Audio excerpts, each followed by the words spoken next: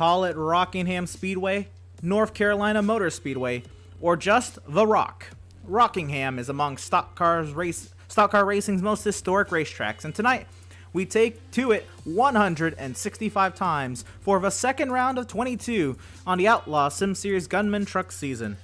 Welcome to the virtual Rockingham, North Carolina.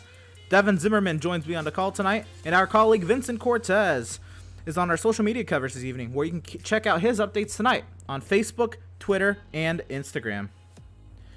Devin, I am so glad to have you back alongside me in the booth for these Outlaw Sim Series races. And first, welcome back to the league, and second, welcome back to the channel. I know you called a race with us before, but welcome back. Again, very, very happy to have you back with us tonight. The first order of business tonight, though, we have 165 laps around the Rock. Devin, tell us more about the Rockingham Speedway. Hey Emerson, it is so glad to be back, and I hated to have to take a break last season and take care of my some family matters, but I am back and we are at Rockingham. The Rock, as it's so called, mainly because it is very rocky. This track is full of bumps. It is a unique layout where the tri-oval is actually a little bit closer to turn 1 than it is to turn 4. And as these drivers dive into turn 1, they'll find 22 degrees of banking between turns 1 and turn 2. Turns 3 and turns 4 are 25 degrees of banking and 8 degrees along the front and back stretch. Another unique thing about this track is that degree of banking is different in 1 and 2 and 3 and 4, and that provides different lines and different braking points that they need to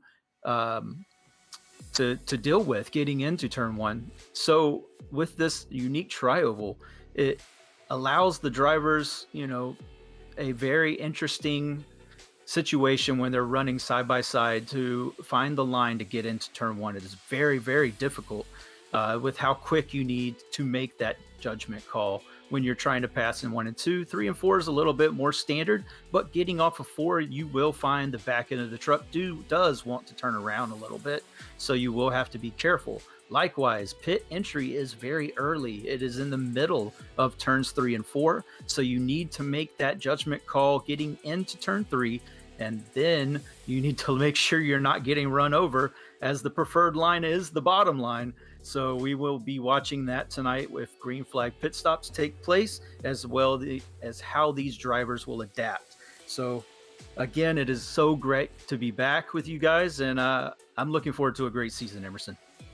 Absolutely. I'm so stoked for the rest of the season. Of course, last week we had Jason Miz come clean out of the ashes when the smoke settled and take the win at Daytona. He is the lone driver locked in at the top of the playoff standings, the only driver locked into the playoffs, provided he makes 75% of the regular season races, which is 13 starts for this season. Joseph Causey there second in points. He is 6 points back. Farron Elam tied with Kevin Thompson for third in points. They're 10 points back. Seth Fitzpatrick 14 back there in fifth. Ray Rogers 15 back in sixth. Justin T. Miller there in seventh, 17 back, with Joshua McClune in eighth. John Mickey there in ninth with 18 points back, a point leader Jason Miz, and Devin Smith there in 10th, 19 points back, a point leader Jason Miz. But we look at the second page, Devin, and it's getting really tight at that playoff cut line, especially, in fact, there's a tie for the 13th and final spot in the playoffs. Devin, tell us more. Yeah, so Daytona, starting off the season, it can really jostle some things up, and things aren't probably what they seem to be. But for 11th place, Garrett Velzy, he is 20 points back of Jason Miz, but only 2 points clear of that cutoff spot. Holt is there in 12th place. He is 21 points back of Jason Miz. Max Service is on the cut line in 13th place, 22 points back of our points leader, Jason Miz. Setzer is there right there in 14th, tied with Max Service. Eric Peck, 23 points back, 1 point out of a playoff spot. Jeremiah Stutzman, also 1 point out of a playoff spot in 16th. Andrew Pratt is in 17th, 2 points out of a playoff spot. Barnett there in 18th. He is 4 points back. Andrew St. Cour is 5 points out in 19th spot. And Joshua Balliet is 6 points out of a playoff spot in 20th and 28 off of Jason Miz. And something that's interesting that I see off of this is 3 of our 4 playoff drivers from last season are either on that cut line, or not even mention our champion is not even in the top 20, Emerson. Yeah, very, very intriguing indeed. It'll be something now that we get into the meat and potatoes of the schedule that Seth Berger tries to make up that disadvantage he is at right now. He is down in 21st in the point standings. He definitely has enough of the season to do it, but again, this season is much shorter than last season. And now let's take a look at this season. The outlook, it's only 22 races, 75% of the schedule. League admin declared that that's 13 races. I think they rounded up anyway. And we look at it, of course, we had the wild race at Daytona with Jason Miz coming out as the winner. He had his teammates hot in pursuit behind, but I think they were going to be there to support him all the way to the checkered. Rockingham tonight, of course, 165 laps. Then we get to our first mile and a half of the season. I think this is where we're really going to see how these drivers can how these drivers will be performing when it comes to playoff time. I think we'll get a good sample size there, especially when you look at the finale being Atlanta. But then we go to Auto Club there for round number 4, 97 laps there instead of the usual 100 with 100% fuel loads. The pit strategy is going to be eased a little bit, but it's still out of reach. I think the 97 laps is going to make it easier to make it a fuel mileage race. You get Phoenix 165 laps as well. Also a 1 mile racetrack, or it is 1 mile. Rockingham's just over. Las Vegas 160 laps. Then these boys are going to sling a little bit of dirt, get a little sideways at Bristol dirt in race round number 7. Martinsville for race number 8. They're 200 laps, and we go road racing up in upstate New York for Watkins Glen, 60 laps there. New Hampshire, man, I love New Hampshire. I just took I just won a NIS race there. But I cannot wait for that. Round number 10 on the season, 157 laps as opposed to 151. And Pocono, 77 laps there at the turning point of the season. That's right. And then the 12th race of the season is Dover, 165 laps around that monster mile racetrack. 13th week is going to be at Charlotte Motor Speedway in Charlotte, North Carolina, is 170 laps around that beautiful speedway. Then we go to Gateway for the 14th week of the season and 165 laps. Iowa, another 0.8, or I think it's a 0.8 short track that is. But we're going to do 190 laps there. Iowa's a very fun racetrack. I love Iowa. Week 16 is going to be Kansas, 150 laps. Week 17, Kentucky, where we're going to do some, Kansas is where we do the rim riding. Kentucky is, though, we're going to have some fun at the Bluegrass State. 140 laps there. Texas, 18th week with 150 laps. The Charlotte Roval, our second road course of the season, with 55 laps around that. And then we tackle our second super speedway, Talladega, for 90 laps in week 20. Then we return to Bristol, but this time on the asphalt for 200 laps. That is our penultimate race. And then the finale, the championship race, is at Atlanta in week 22, and that will be 165 laps around the old version, because Atlanta is being repaved right now, but iRacing will still have the old version. Yeah, absolutely. Historic Atlanta, as what it'll soon be called, or Legacy Atlanta, will live on in the iRacing simulator. We'll take one more. I want to make a comment here on the playoff standings. To this season, we have 13 drivers who make the playoffs. There's still 3 rounds, though, to get us down to 4 drivers for that Atlanta race. How that works, 2 race rounds, and these rounds, they are something. You go to 2 mile and a halves to start it off, to a couple, races you can really kind of control your own destiny at, Kansas and Kentucky. Then we eliminate 3. So we have 10 drivers heading into the Charlotte Roval. I'm sorry, into Texas, which is, another one where you can control your own destiny. But then you get to the wild slate of playoff races here. The Charlotte Roval is a cutoff race that takes us down from 10 to 7 drivers. Then we go to Talladega, which anything can happen there. Bristol right after that. Then, somehow, someway, we got to take 7 drivers to 4 as we head to Atlanta to crown the champion there. But that is how the season looks. We're going to take a step aside before we get to really how this Rockingham Speedway looks and feels with these truck drivers. We'll hear from some truck drivers on the far side of this break. Don't you go away. We'll be right back. Outlaws Sim Series pre-race coverage from the Rockingham Speedway on the far side.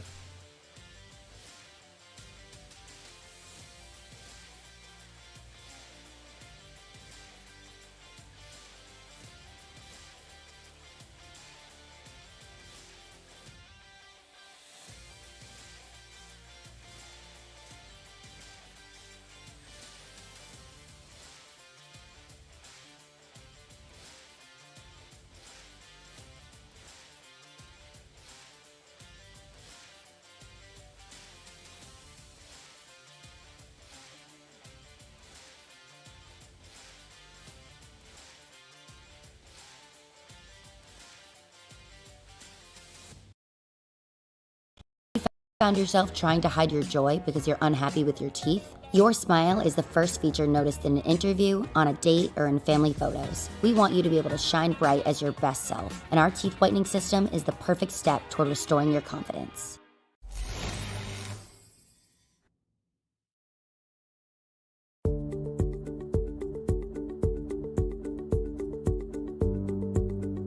Sound art is a product that is a speaker and it's art. We combine it together and we call it sound art.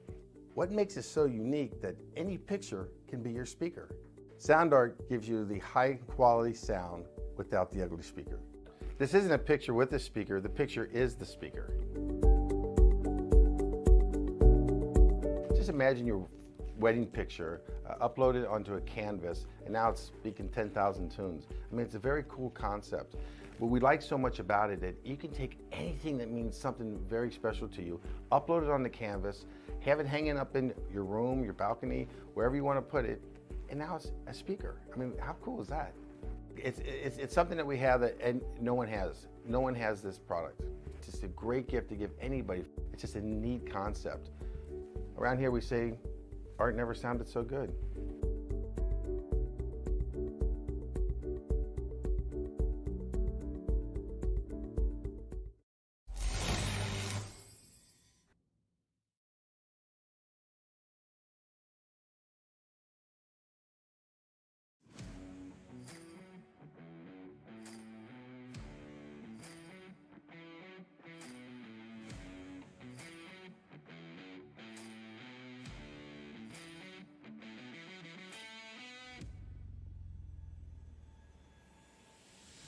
Welcome, race fans, back to the virtual Rockingham Speedway out in virtual Rockingham, North Carolina. We're here for round number 2 of 22 on the Outlaws Sim Series season. Now, as you maybe are thinking to yourself, especially if you're an avid fan of the Outlaws Sim Series, why is Jacob Zala not back on the call tonight?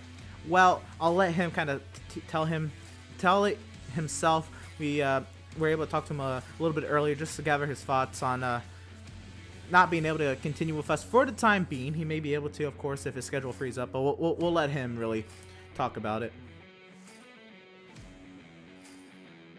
Hello, everyone, and thank you for tuning into the Outlaw Sim Series broadcast tonight. This is Jacob Zala, and unfortunately, I have some news to share regarding my spot on the broadcast team for the Outlaw Sim Series. Last week at Daytona was the last time I will be on top for a while. This is due to prior commitments, and I will not be able to participate in Outlaw Sim Series broadcast at the moment. That doesn't mean Emerson will go alone, though. He is bringing someone I call family in Devin Zimmerman. Devin has been the guy on top before me, and I'm glad I got to pass the torch back to him. With that being said, Emerson and Devin, I wish you good luck on the call tonight and good luck in the future broadcasts. And once again, thank you so much, Jacob, for all the work he put in last season. He really came in clutch, if you will, halfway through last season. I was having to do the races pretty much by myself, and that's to no fault of Devin. He, of course, had his prior commitments as well, or I'm sorry, other responsibilities. But I was glad to have a co-commentator with me who picked up on the craft so quickly, and glad to bring him over to PitStop TV because he's still on PitStop TV, just not with the Outlaw Sim Series for at least the foreseeable future, because I know he was a big part of those broadcasts. But Devin Zimmerman was the driver who was able to, the person who was able to start with me on the Outlaw Sim Series broadcast. The first 4 races of last season before he was able to come back for season 2 tonight here at Rockingham. Now, before we really get into this, we got a little bit more housekeeping to do, and let's go and shout out some of our partners here at PitStop TV, like Tucson Sound Art. Your picture, your music. You provide the image that you want, and we will custom create a beautifully framed, high-quality canvas with a built-in Bluetooth speaker. With Sound Art, you get the best of both worlds. Visit TucsonSoundArt.com for additional info. Use promo code PitStopTV at checkout and receive 10% off of your wall-mounted sound art device today. Ever wished you could have a race engineer on speed dial? Well, now you can, thanks to RacePace, a driver development service and setup shop all in one. Work with Tyler, a real-world race engineer, to step up your game before your next race. Pick up pace with RacePace. When it comes to your appearance, you deserve the best care that money can buy. And with locations in Auburn, Lewiston, Naples, and Saco, Maine, Permanent Makeup and Cryo in Maine owner Ashley Boyer is a certified micropigmentation specialist who provides professional, safe, and personalized services. Contact Permanent Makeup and Cryo in Maine at permanentmakeupinmaine.com, or you can call or text them at 207-358-8683. Whiplash Media specializes in various sim racing resources, including paint schemes, stream overlays, iRacing camera packs, and more. The official graphic and camera provider of PitStop TV. You can grab your iBroadcast cameras today at www.pitstoptv.com. And of course, our friends at BAM Racing Videos. By a race fan for the racing community. And Devin, we get to this track here, Rockingham. We talked about the track, but what are you thinking here? The trucks in real life were the last series to really race here at Rockingham of the 3 national series. We're back at it again here, of course, on iRacing. But with these, of course, NASCAR Gander Outdoor trucks, they're open setups here for the Outlaws Sim Series. What are your thoughts seeing trucks back on the Speedway? It's wonderful to see any type of racing back on Rockingham. Being from North Carolina myself, I actually love Rockingham. I love the racetrack. It was one of the first racetracks that I purchased when I got iRacing. I just wanted to be able to race at Rockingham again. I love it. I love the bumpiness. It gives it some character. It makes it hard to handle, and that brings out the best in the drivers, I think. So what we're going to look for tonight is more of the same from the last actual Truck Series race that was here, where the bumps were causing some bouncing around and just making the trucks very unpredictable. So we're going to see who brought a good setup that can deal with the bumps and with being able to race side by side, because the bottom lane is preferred. This is not progressive banking. You can't run 2 different lanes that well here. So the bottom line is the preferred line. And, it's going to be interesting to see how they, set up passes and make those passes on each other. Absolutely, and I wanted to see if we can talk to last season's winner, Greg Holt, who's currently running 4th on the standings, but we don't have access to him right at this moment. But I do want to bring up the driver who is top of the point standings. I want to try to see how he's doing around the track. There he is, driver of the number 24, Jason Miz. And of course, last week's winner, looking to keep that momentum up. He has a 6-point advantage over Joseph Causey heading into tonight's race. But Jason, you're nearly 3 wide there going into turn 3. How you feeling about the Rock? Oh, it's tough. As rocks are, that's for sure. Fair enough. You have Seth Berger on your outside, nearly pinching you down. But when you come to this track, and maybe more so, what does it mean to you? Maybe from the real side of NASCAR, of course, being that it's so historic on the stock car side, and then with these trucks, the trucks were the last national series to run here when it comes to NASCAR. So what does it mean for you to be back in these trucks at Rockingham, even though it's a sim version and all that, to you? Oh, it's awesome. I mean, just the nostalgia of it, just remembering all the races from back in the day, and now I'm actually out here. So what's so good about iRacing too is you get to go everywhere where you really can't actually go. Fair enough. So again, you come in today, 6-point advantage, pretty low on the practice charts. But is there any more speed in this 24 truck to be found? Is there anything that you're, I guess, maybe saving for the race session? Yes, sure. No, I'm trying to get used to the track. As the race goes on, I'll do better. This is what practice is for. I'm just trying to test the limits, and it's biting me because I'm getting too loose. Absolutely. But we look forward, of course. We had Daytona back in the rearview mirror, and then tonight with Rockingham, a tough little short track, if you will. But then we get to the meat and potatoes of the schedule of 1.5 miles. How do you feel maybe for this season overall, and maybe your performance, especially now with some momentum on your side heading into it? With the great team of Performance Sims behind me, I feel pretty good. We're definitely got some confidence from Super Speedway, but it's a Super Speedway, so these are the tracks that are going to be the most important throughout. So I'm feeling good. I knew this track wasn't going to be one of the good ones for me, but we just keep chugging along. It's only one race out of a long season. Fair enough. All right, Jason, before we let you go here, we're going to give you the floor, and whoever you got to shout out, whoever you got to thank, time is yours. Once again, definitely got to thank Adam for the league and for as many years as he's kept a good league going. Gotta thank my wife, leaving me race like she does. Gotta thank Performance Sims and all the guys over there. And gotta thank you. I love going back watching. You make it so entertaining just to go back and watch how it was and hear you. It's awesome. So appreciate you. I appreciate that very much, Jason. Once again, congratulations on your the point lead coming into today, last week's win. Best luck to you on tonight and the rest of the season. Hopefully we're talking to you some more. Yep, thank you. Absolutely. And driver of the number 24, Jason Miz. And now I'm going to give last season's winner here at the Rockingham Speedway, driver of the number 3, Greg Holt, to our Devin Zimmerman. Mr. Greg Holt, this is Devin in the booth. You got a copy? Yeah, I got you. Hey, how's it going, Greg? We just wanted to get your thoughts on the track and how the truck is feeling, how you're feeling for tonight's race. Truck feels good. Track was a little bit slicker than I thought it was going to be here to start. I'm sure it's going to tighten up once we get some rubber laid down here in the main event.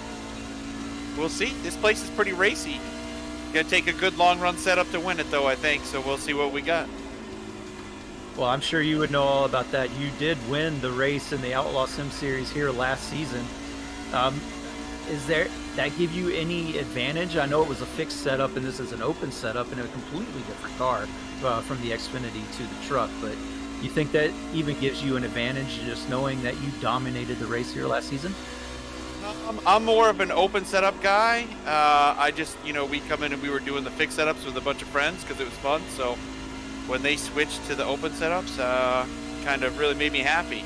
So we'll see. I don't know. I mean, it's short track racing. Anything can happen. Takes one little touch here and you're done. So we just got to survive. That's the name of the game. Oh yeah, mind the bumps too, I'm sure. But last week probably didn't go the way that you wanted it to go, and I'm sure that now that we get to the meat and potato of the season, you're really looking forward to try and duplicate the 7-win, possibly even more of what you had last season. Is this where you're going to start to shine? I hope so, but like I said, it's a game of survival. There's a lot of cars out here. There's a lot of good guys. There's a lot of guys on my team that are that we know that we're working on the setups together. So we could, any one of us could win. So we'll see what happens. Hopefully one of us or a couple of us does good. That's all I got. It's a team. We'll see what happens.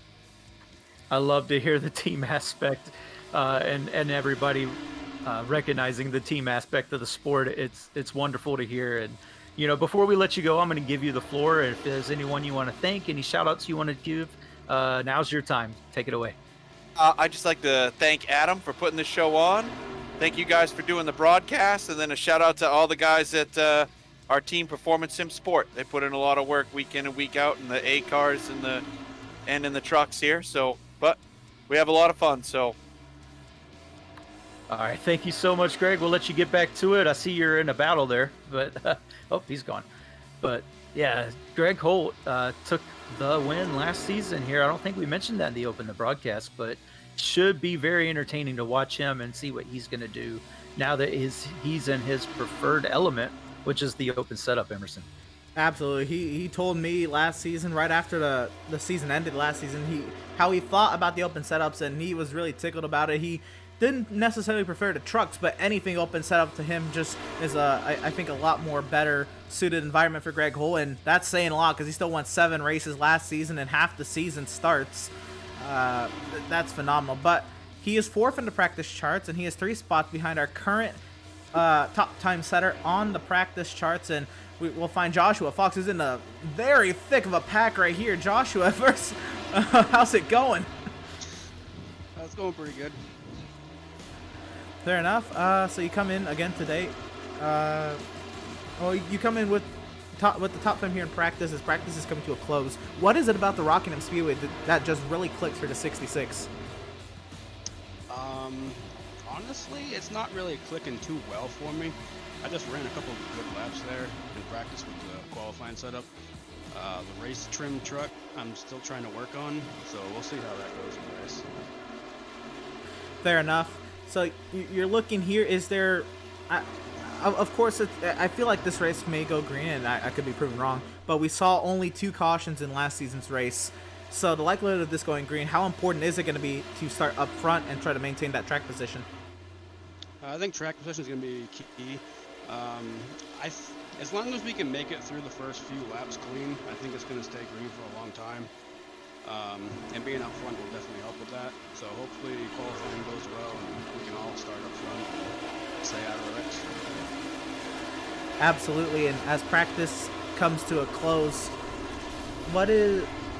Again, you said you felt like you got that time because you were able to run some quick laps at the beginning. But as practice has gone on, you put in now 75 laps. What have you learned for this long run? Do you think it's going to be enough to maybe bring that over to the race?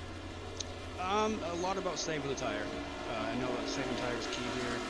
You can save your tire and you'll be able to pass a lot more cars longer in the run. If you wear out that right front, then you're going to have trouble.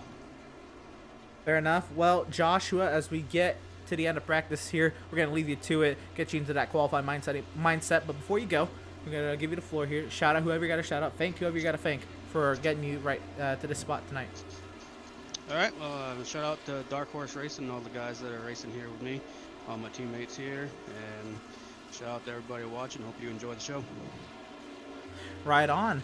And again, that is the driver who is at the top of the practice chart today, driver of the number 66, Joshua Fox. Again, congratulations on, I guess, winning practice, but best of luck to you in qualifying and the race. Thank you. Again, that was Joshua Fox, and as practice ticks over, we are going to be able to see who is going to be duking it out. Devin, for what? That'll be for our Pratt Tile and Stone Pole Award. It is a prestigious award offered by Pratt Tile and Stone. These drivers are going to give it their all. You heard Josh Fox right there talking about how he was getting the qualifying trim. He thinks he has it down. He thinks he can give it a good run to get that Pratt Tile and Stone Pole Award. And I see a few trucks taking to the track now. And we'll go ahead and ride along with them, see how they tackle all the bumps. You can tell just by the look of it how bumpy it is. And here is driver of number 7, Joshua Balliet, getting up to speed here. And he was a little, I guess, unsure of his ability here tonight at Rockingham, but he has since, I guess, picked up the pace, gotten it together here, and he's going at it here. He was up in the top 10 in practice times. We'll see what he can do here, but a lot of drivers waiting for I guess the time of day to drop a little bit. This race is starting around the afternoon time slot, as Balliet will complete the first lap, and he'll obviously go top of the charts. He's the only driver to set a time thus far.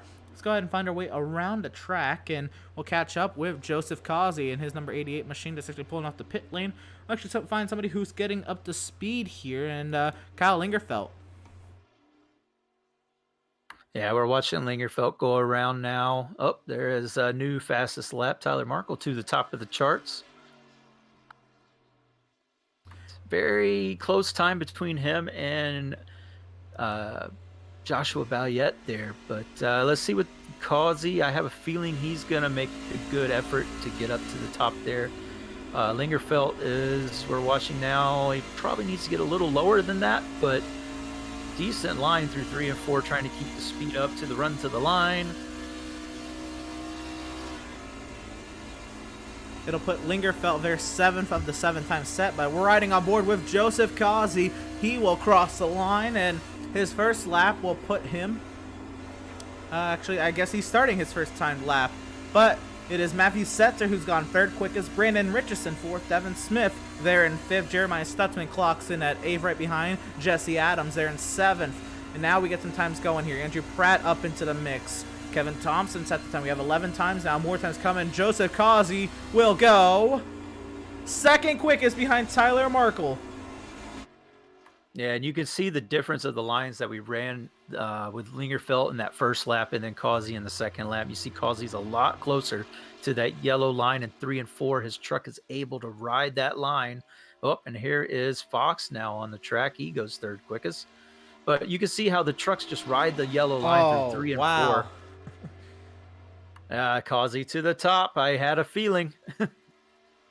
Well, does Fox dethrone him to the line? Joshua Fox will go top of the charts at a 22.977, nearly a whole tenth ahead of Joseph Kazi. That is phenomenal. Yeah, he told us he thought he had the qualifying setup down pat, ready to go. And he definitely showed it to us right there. Let's see if anyone else, we only have about not even half the field out there at the moment. So we'll see what some of these other drivers can put on the board. There's a big spattering that just put in times. Looks like Stutzman's in at 11th and a few others. Looks like maybe the 15 drivers have set a time. Well, here comes the 19 of Christian Converse. He comes up to bat here. He's gone third quickest on his first lap. Cody Vreeland's gone fourth quickest. And how about our last season's champion, Seth Berger, trying to make a great run today here. He starts fifth. He needs to get himself out of 21st in points. Very loose there for Converse on the exit of turn 4, but to the line. Does it improve? I don't believe it does. Christian Converse will stay in the third position. Let's see who else we have on the track. How about last week's winner, Jason Miz?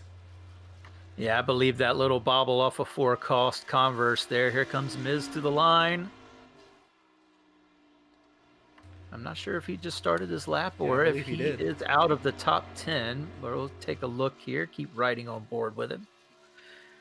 Yeah, he just started his lap here. He's coming around, though, to complete his lap. He'll work his way through turns 3 and 4, and look at him work that wheel, trying to keep that truck planted on the bottom side of the racetrack to the line. Let's run to the line. Jason Miz will throw that number 24 truck 17th out of 18 times. He is ahead of somebody, and that is automatic. Brad Bothwell to the top of the charts out of nowhere.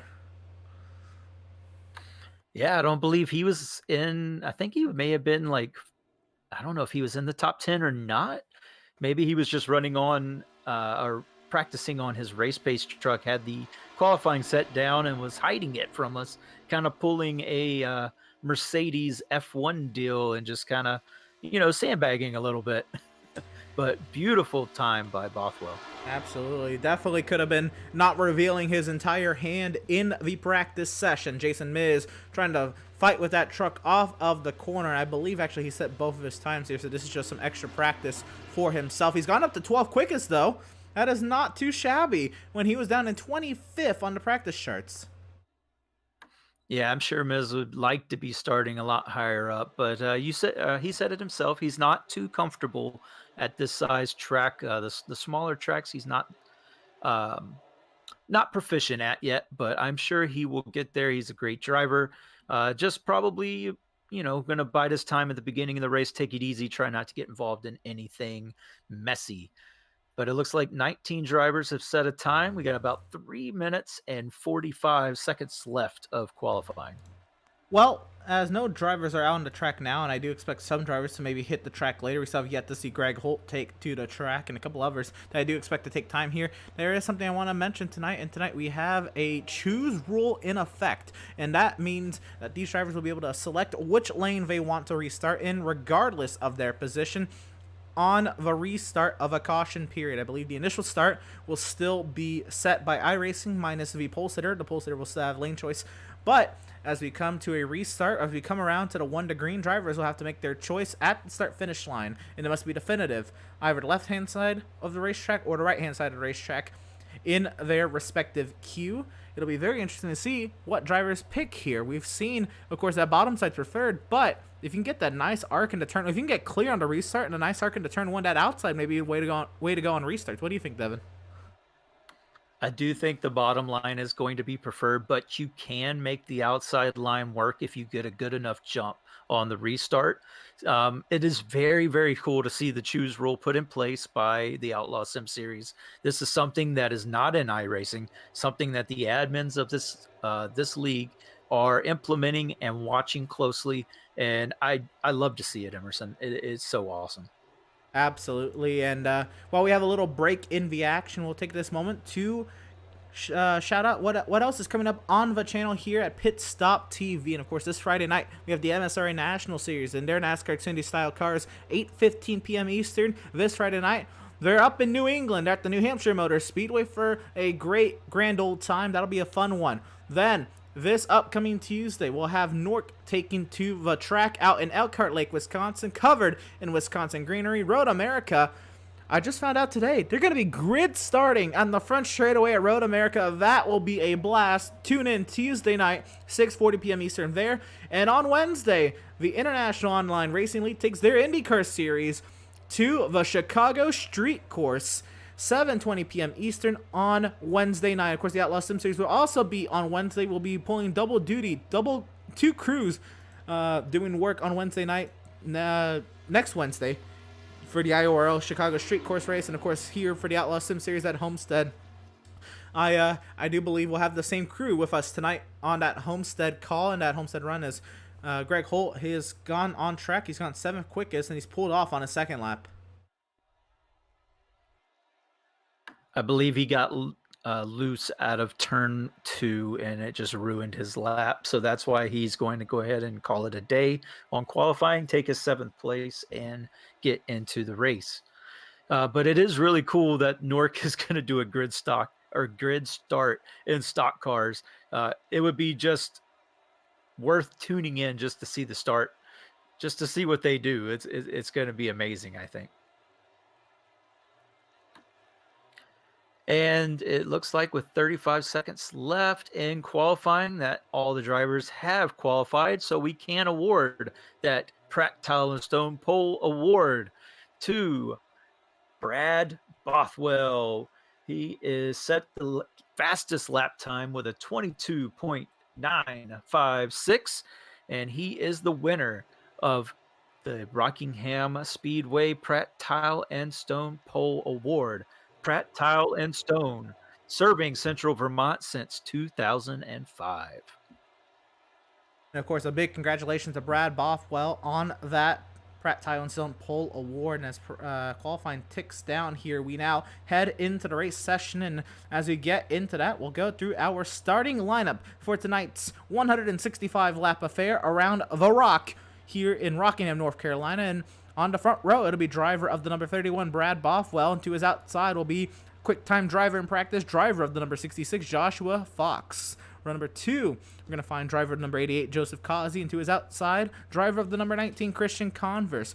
Row number 3, we're going to find driver of the number 10, Cody Vreeland, and last season's champion, Seth Berger, looks to make his crawl from 21st in the point standings. He starts tonight in 6th. Row number 4, we're going to find last season's winner, driver of the number 3, Greg Holt, and driver of the number 42 to his outside, Tyler Markle. And in row number 5, we're going to find Theron Elam Jr., and to his outside, Andrew Pratt in that number 75. Devin? Yeah, and then the next row, we're going to find Joshua Balliet in the number 7 truck. On the outside, Matthew Setzer in the number 5 truck. In the next row, starting 13th, Jason Miz in the 24 truck. Outside of him, Eric Peck in the 25.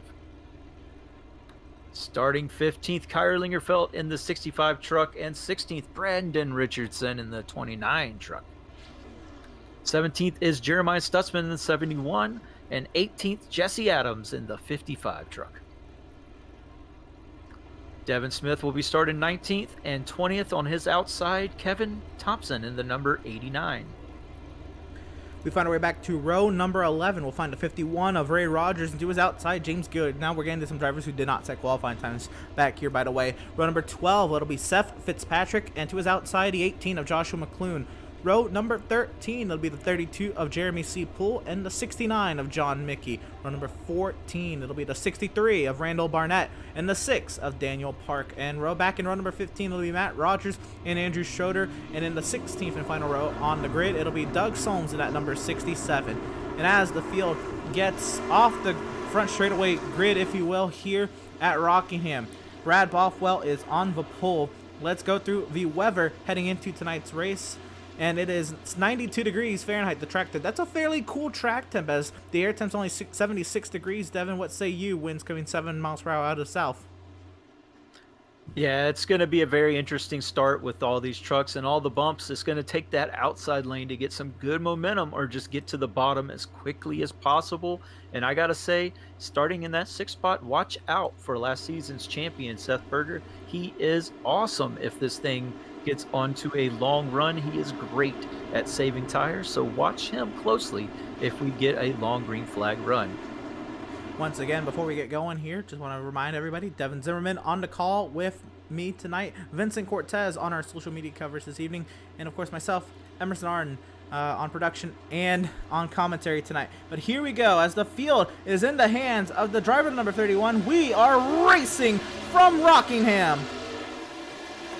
Great restart by our leader on the outside, though it looks like Fox is going to get hung out to dry. That inside lane is going to be the preferred lane. He's going to need to get down quickly, or he's going to get freight trained here if he's not careful.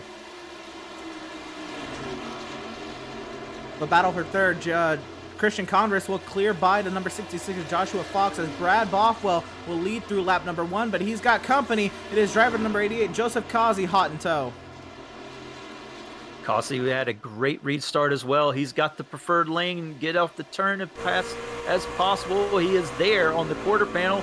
Oh, but he has to let him go. The truck's still a little not to his liking early in the run. Look at him charge that exit. Yeah, great exit off the turn, but he does have to give up the entry of the turn. Oh, and looks like Bothwell got a little loose up the track. Joseph Kazi down low now. He has the advantage into turn 3, and that bottom side is the third line. Can Bothwell send it hard on the outside? It looks like no.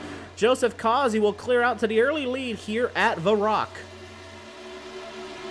Yeah, great exits off the turns by Joseph Kazi got him that lead, and Bothwell putting up an amazing defense on the outside, where the outside lane is definitely not preferred. Oh, here is our last season's champion, Seth Berger, in 4th. He's made up 2 spots already. Yeah, Seth Berger, again, he started 6th, is working his way forward there in the 4th position. He's been setting quick times. Recently, Balliet set in a even faster one, but here comes Converse up ahead. You see Converse down to the inside, misses the bottom a little bit, trying to get to the inside of Bothwell. And now Seth Berger set his sights on that bright green number 31. Yeah, and you don't want to turn the wheel very, very much at all, but the bumps here make you have to. And I don't know if Bothwell's used up a little too much tire than he wanted to in these opening laps, but that might be the case. He is starting to fall off of that lead 2 of Joseph Kazi and Chris Converse. And we know Christian Converse is a very fast driver when he can get the truck or the car hooked up in his direction. And now with those open setups, it should be even better to his liking. There's a little bit of front end damage already to the 19 truck, or is that just on my end? No, I believe you're seeing right. There's a little bit of damage there. I'm not sure if it's going to impact him too much, being that this track is not so solely focused on aerodynamics, but it definitely will hinder him. He might want to take on his first pit stop, go ahead and get that repaired, and take the time in the pits, just so he's not losing or using up too much tire. But he is on the back bumper of our leader right now. Yeah, Christian Converse is up there trying to get up to Kazi. We look back here, and this is where the thick of the pack is happening. There's a big gap after, I believe that is Eric Peck. So something must have happened back here where Jason Miz has a large margin up ahead to the rest of the field, or I don't know, maybe something happened. Everybody was able to catch their trucks and keep going in the right direction. Greg Holt now has cleared his way by Brad Bothwell now set the sights on the 42 of Tyler Markle. It does look like a couple of trucks do have some damage. I'm not sure if a truck got loose coming off of a turn, and some trucks had to kind of pile into each other just a little bit, but that may be why that big gap was there, Emerson. We continue on here, and it is Greg Holt who is powered by driver number 42, Tyler Markle. Markle was very quick there in qualifying. Thought he had the pole there for a second, and then a bunch of times came in. The battle for lead, though, continues to get spicy. Yeah, Converse hanging right on the back of that 88 truck, trying to set up his move. Once the tires do start getting worn down, you do have to set up the move. You can't just power it in there like Kazi did on Bothwell. He was using the advantage of the new tires, but it looks like the 19 truck is trying to get a run, just not able to get enough to get underneath the Kazi getting into the turns, though. So here we go. I just had the luxury last week of watching and producing and commentating on the Newark Martinsville race yesterday. We saw very early Zoltan Hertzeg, lead very early and have TCB right up his inside, right behind him, but couldn't get to the inside. And here goes Christian Converse. He was able to get to the inside of Joseph Kazi. Kazi way up the track, trying to get that throttle down sooner, but Christian Converse is clear to the top spot with really no contest out of Joseph Kazi. Yeah, Kazi might just see that Converse is a little bit faster right now. Going to let him go. Save your tires. Come back on him at the end of the run. That has to be what's going through Kazi's mind. He slid up the track, let him go by. Possibly a good move on his point. Seth Berger up to third, though. Greg Holt up to fourth. Here, there's a lot of damage here on the 6 of Dan Park's truck. I don't know if we'll be able to go back quick enough to get a replay and see what happened. But the 6 of Daniel Park is on the pit lane. He's down in 31st now, 10 laps down. Back here, we have Jeremy C. Poole working to the inside of Jesse Adams. This is back for the 24th position, and Jesse Adams will hold on to that spot. He'll get cleared now in front of that 32 truck. He sets his sights now on Jeremiah Stutzman right up the road.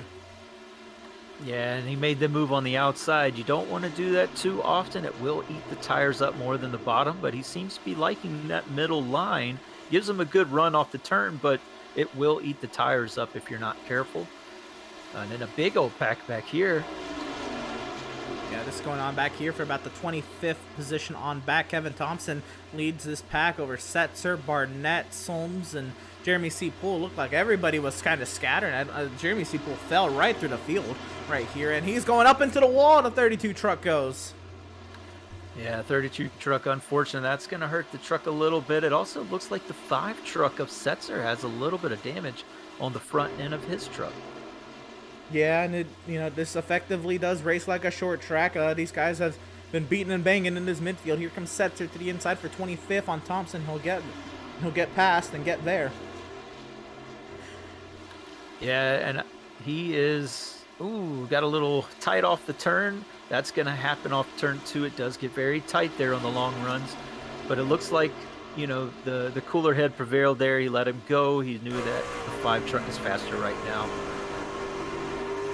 Going to ride on board here with driver of the number 10, Cody Vreeland, as he works to the back end there of that Target Energizer number 42 Chevrolet Silverado right up the road, way up the track. Is that a lapped vehicle already? Is that Dan Park way out there trying to give way to these leaders?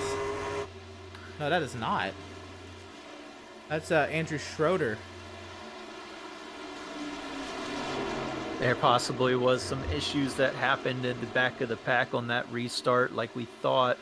And they're probably just some banged up trucks right now, and some of them are not able to stay up to pace like they want to and are starting to give way to the leaders here. So Tyler Markle holds on to the 6th position now, but he's got Cody Vreeland right behind. Again, these guys, I know Tyler and Cody, they go a little ways back here. They've been racing for years and years on end, back on the console days in my league, and I know they know how to race one another. This will be interesting to see how it goes. I haven't seen them race at all on iRacing. Yeah, it's a good little battle here. It does look like Markle is able to fend him off, but as we saw with Causey and Converse, if Vreeland is able to get a good enough run off the turn, he could get underneath of Markle and make that pass very easily. Looking out the rear window, if you will, of the 42 truck, looking back there, Cody trying to get that later apex to try to cross up under the 42 truck, and he can't get there. He gets to the outside. Tyler cannot clear all the way up, and Cody has to back off pretty much and give the spot back up as there's a lap truck there, the 32 of Jeremy C. Poole. Yeah, he's trying to set up these runs, Emerson. He's doing a really good job off of 2, able to get off of 2 a lot better than the 42 truck at the moment. 42 truck slides up. This may be the opportunity that Vreeland was hoping for, but there's a truck in the way on the high side. That's not what the 10 truck wanted to see. So, while we're in this, I have not mentioned yet that there are stages in this race, but there will be no cautions for those stages. The stages will be scored under natural flag conditions. So, stage number 1 is coming up at the completion of lap 33, and it'll be scored under green. There will be no caution thrown for the lap 33 stage, and stage 2 will end at the completion of lap 75. in the same manner. So while we're looking at it, that's a battle in the middle of the top 10 for stage points. Christian Converse in a pack of lap traffic, by the way, now has a half-second advantage over Joseph Causey. Causey trying to, oh, and around goes a lap truck. Oh no, that's the last thing you want to see is a pack of lap cars. Oh no. And the pack of lap vehicles potentially impacting the lead of this race. No caution out for that incident as of yet. It might be coming out soon here. I believe it is actually out. But Doug Solms around on the back straight. We're going to get a replay and see what happened. Yeah, caution's out on the Speedway. Emerson, all the trucks are slowing down. I can see on my end. Let's take a look and see what happened here. So I believe this actually started up here with Joseph Causey and Kevin Thompson. Thompson was very low on the racetrack. Causey went up, and then Thompson, I don't know if he knew that Causey was there. And then, oh no, Solms right into the back of the 89. Yeah, that just may have been not a good communication between the drivers. The drivers are able to talk to each other through the iRacing chat in the simulator. Causey may have just been thinking that he was going to stay low there, and instead he's like, oh, the leaders are here, I must move up high. But Causey was already there.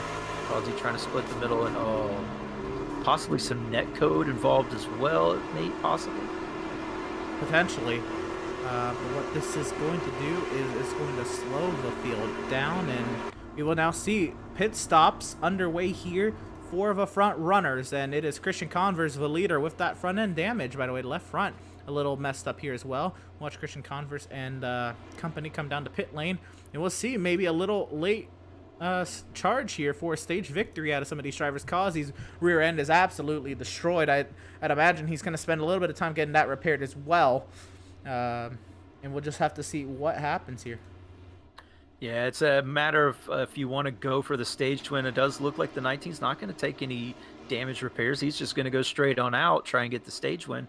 But it was going to come down to that, whether you want the stage win or do you want to get the truck fixed and be in contention for the win possibly later, when you might have to take a green flag pit stop and not really want to spend the time to get the truck repaired. Right, well, we are going to take this opportunity to figure out what Christian Converse thinks, and we're going to bring him on up into the booth. Driver of the number 19, Christian Converse, leading here towards the end of stage number 1. What do you make of the situation that you have so far? I'm probably gonna race hard just till 33, just to make sure I get the stage one, and after that, just take it easy and be patient. Still a lot of race to go. Absolutely. I imagine that'd be the reason why you really charged to the front around Joseph Causey very early there. There's a little bit of damage on the left front of your truck. Where's that from, and how's it affecting you?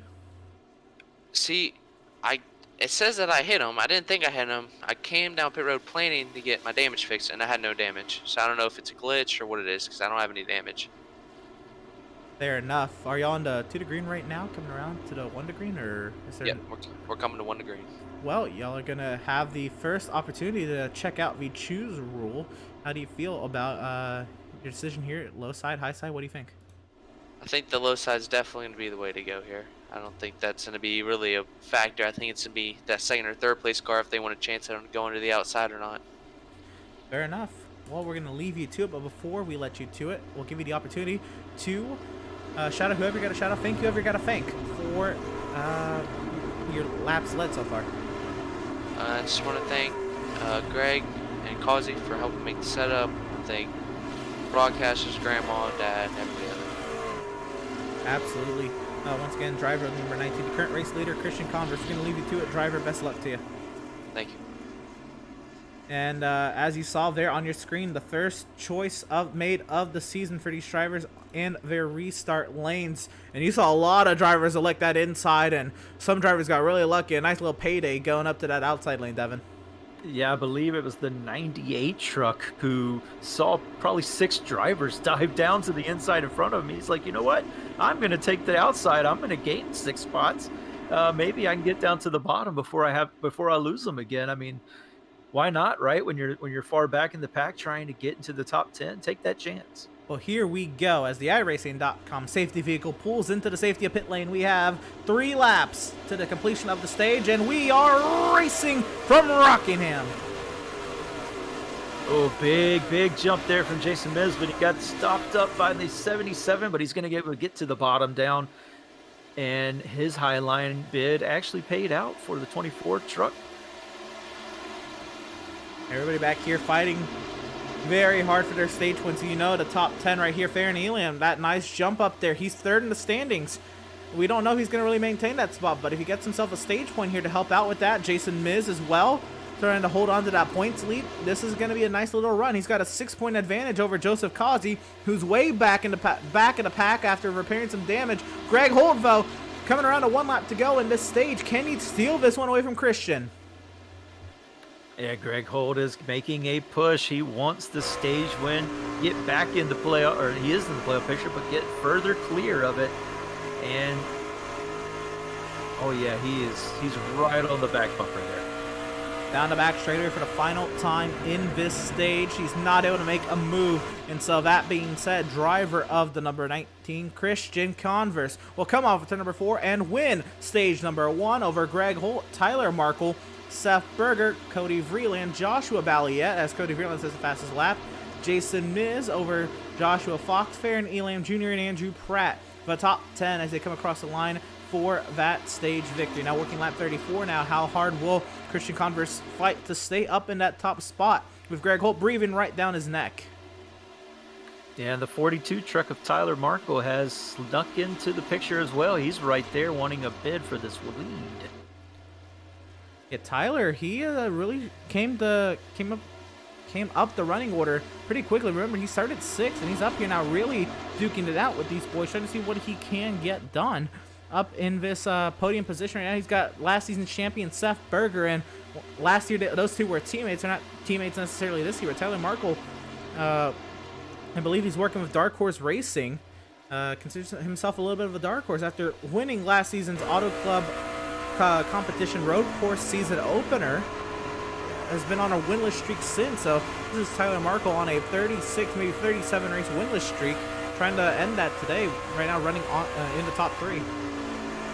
Yeah, and he's hanging right with these leaders. He did pick up quite a few spots under that last caution pit cycle, but he is hanging right there. I'm not sure how he picked him up. If he just had a really good pit stop, or if he took 2.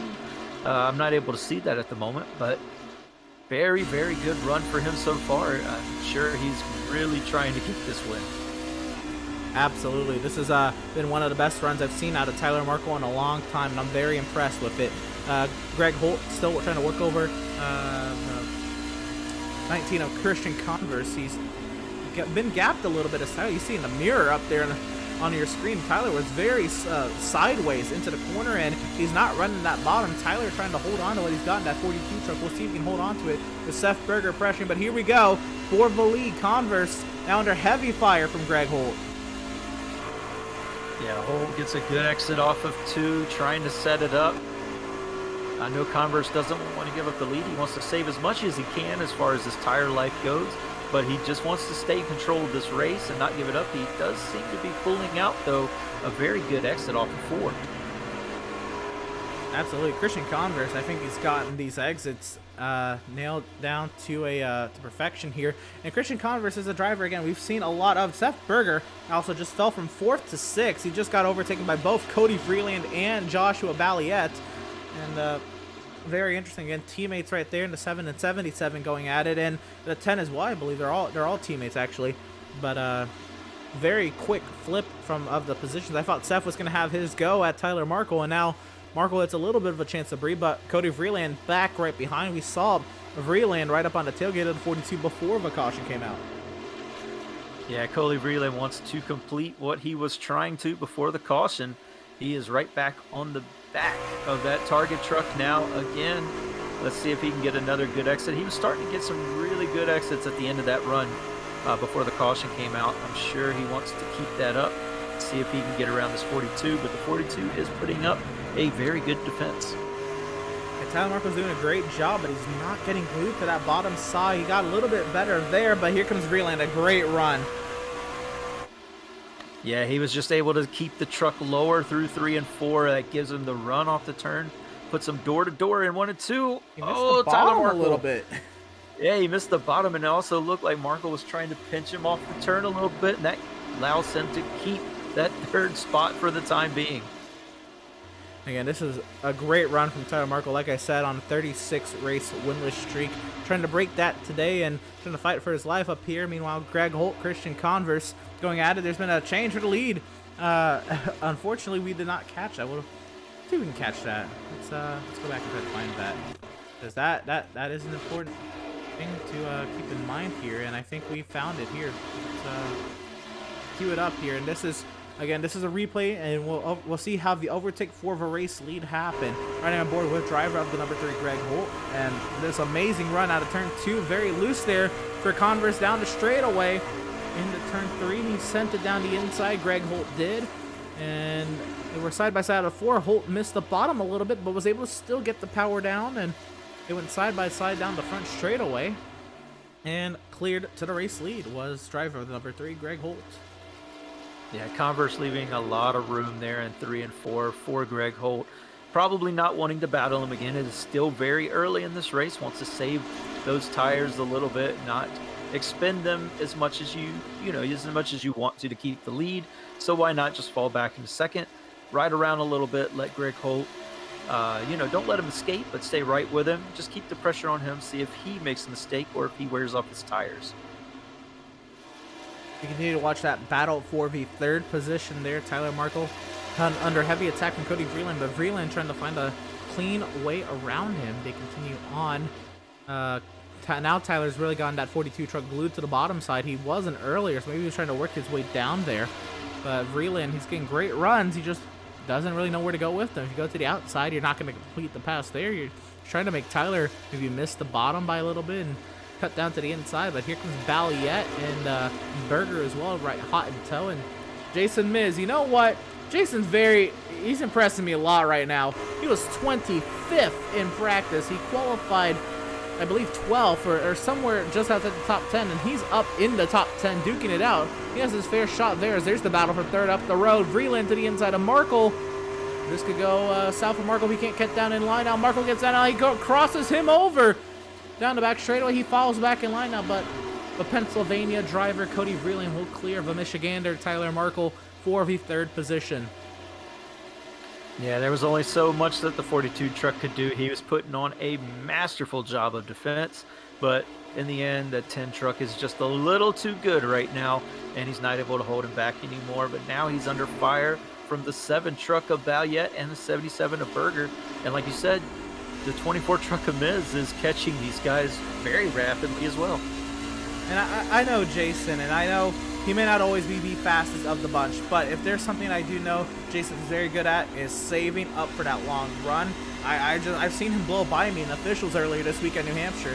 Like he really knows his stuff when it comes to this long run type of racing, and he's really setting these boys up to try to see if he can move forward. And I don't know if he's gonna move up before the end of stage 2. But look for it towards the end of the tire run here as they go by the lap vehicle there of Doug Solms, riding on board with the 7 of Balliet, by the way. Look for him, towards the end of the long runs of the pit cycles here, as you get into pit cycles for Jason Miz to move up the running order. Yeah, he's just biding his time. Said he wanted to learn the track when we talked to him in the pre-race. Said he was trying to learn the track, get his race set up down pat. And it looks like he's done a very good job of that. He is under a little fire, though, from behind at the moment, from the 51 truck of Rogers. And I believe he's going to get that spot from him. Ray Rogers up the inside, trying to steal away the 8th position from the 24 Jason Miz, and he does so. Now we have to go back up front because it's gotten very tight up here. Converse right on the nose, right up to the tailgate of the 3 of Greg Holt, Christian Converse. He has found some pace once again, and he wants to go forward. Yeah, like I said before, he probably just let Greg Holt go, knowing that Greg Holt might be using his stuff a little bit more than he wanted to try and get the lead, and Converse is conserving his tires, and now he's got another beautiful runoff 4, not going to be able to make it happen. but he's going to look to get another run off of 2 here. Trying to make something of it, but Converse now the one applying the pressure and into the wall. Was that the 42 of Tyler Markle? No, that was a lap vehicle. So that was not Tyler Markle. We continue on though with this battle for the race lead, and Holt under heavy pressure. And it's not often we see Greg Holt being the one pressured for the race lead. My goodness, we watched him win 7 races in 19 starts last season, and looking to outdo that number as well. But if his teammates of anything, Christian Converse, both of them out of performance sim sport, Christian Converse has anything to say about it, Greg Holt might not be able to hit that mark too easily. Yeah, he dominated the race here last season in the Outlaws Sim Series. I don't know if he's going to be able to do that now. He is putting on the defense for the lead as Greg Holt is being pressured very profusely from Christian Converse. Doesn't look like Converse has backed off a little bit, probably just trying to set up that run. Yeah, Greg Holt led well over 100 laps, maybe closer to 150 laps here last season. We ran 192, so that probably is a little too high. But he ran somewhere in between 100 and 150 laps last season in the 192 lap event there. Max Service was his real only other competition. Maybe Reece Schaefer as well got some laps led. But neither of those drivers in the field tonight. It's Christian Converse who's come up to bat and has been looking to seal away this race lead from Greg Holt after Converse took the stage win. Maybe he's trying to go for that stage 2 victory coming up in 17 laps. And they're going to have some lap traffic to contend with here as they're side by side coming down the turn. Converse might have been able to get to the inside of Holt there and really use that lap truck as a pick, but he could not get down there. He tried though. And that's an element that that lap cars present. You can use them as picks and make the play for the lead. The leader's the one who has to get by him. Second place just kind of goes where they're not and tries to take the lead away. We've seen it happen many times in real life, and Christian Converse is definitely trying to do that now. Here we go once again. Converse, a great run on Holt to the inside. Does he have the preferred line into one? Can he send it down in there? Oh, so close! And they both make it through to the other side of the corner, but for how much longer? Here comes Converse down the inside. Some amazing defense here from Greg Holt. Even though these guys are teammates, they do not want to give up the lead to each other. It is amazing to watch, but Converse is just so strong off of 4. He's there again on the quarter panel. Can he make it stick? We've seen Kevin Thompson already have a part in today's race for the win. Making contact with Joseph Causey here once again. The leaders, the first 2 drivers will make their way by cleanly as well. Christian Converse still in tow of Greg Holt, trying to find a way around him, but can Holt maybe hold on? I think maybe Holt's trying to hold on for the stage victory, and then he might say forget it. But we'll see here. I mean, they're fighting hard, and again, teammates know each other very well. I believe it was both of them were brought in by Joseph Causey, of course, into the series. And both of them putting on a great show here today at Rockingham. We did not see this last season at Rockingham. We saw either it was Max Service or Greg Holt kind of drive away. And we've been having a steady battle for the race lead today. Yeah, and the third place, Cody Vreeland, about 2 seconds behind these guys. He's been slowly catching them as they do battle. But it does look like from 4th on back, they've kind of fallen off away from these leaders. And there's some good battles back there as well, but this battle for the lead is just too much excitement to give up as Christian Converse is again right on the bumper of Greg Holt. He's trying to charge the center of the corner, and he gets a nice late apex right down the back straightaway here. Into turn number 3, Converse trying to get that truck to rotate. He's going to get to the bumper, maybe the tailgate. Not used up yet on the 3 truck of Greg Holt, but maybe soon. Christian Converse, he breaks a little earlier there, trying to get the later exit, the later apex here, as we watch from the nose of Christian Converse, looking forward at Greg Holt, trying to get an examination of the underside, just how close Converse is to the rear end of that 3.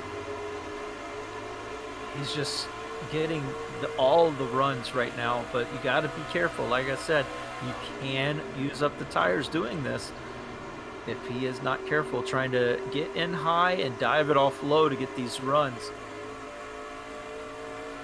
down the back straightaway. We have just taken 100 laps to go. We have about 98 laps to go this time by the start finish line. There's a lot of dense lap traffic up here. There's the 96 of Matt Rogers, then the 31 of Brad Bothwell is just up the road, and 32 of Jeremy C. Poole. This is, by the way, Brad Bothwell, this is not a great day. He started on the pole, and he's just gone one lap down in the first 70 laps of the race before we even get to the completion of stage 2, which, by the way, stage 2 completes in about 7 laps time. To the inside comes Converse.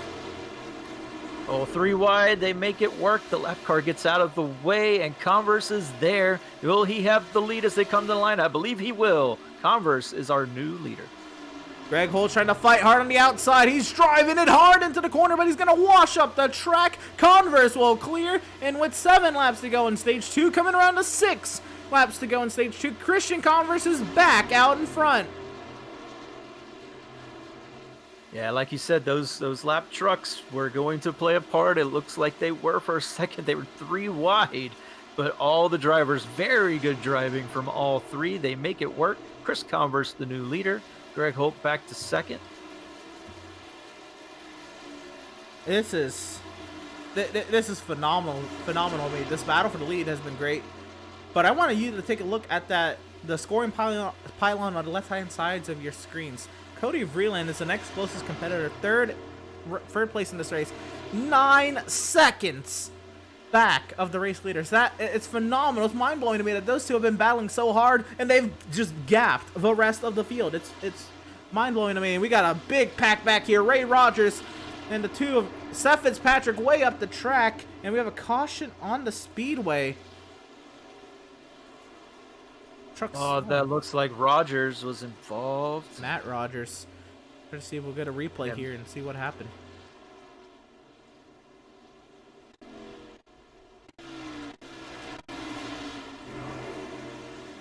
Let's see if anything happened to Matt Rogers. He might have just been pitting. Try to see what happened here. Try to find out what might have happened in this incident.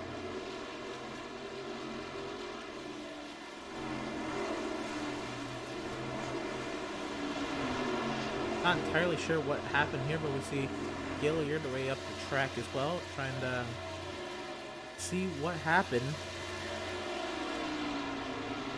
Yeah, I'm not too sure what happened either. I didn't see any contact being made. I'll take this moment. We'll go right back and we'll try to figure out what happened for this caution in a moment. But what's happening here is the drivers are back down the pit lane, and this stage might end under caution. It'll be very interesting. The stage results might be picked on what you choose on the choose cone.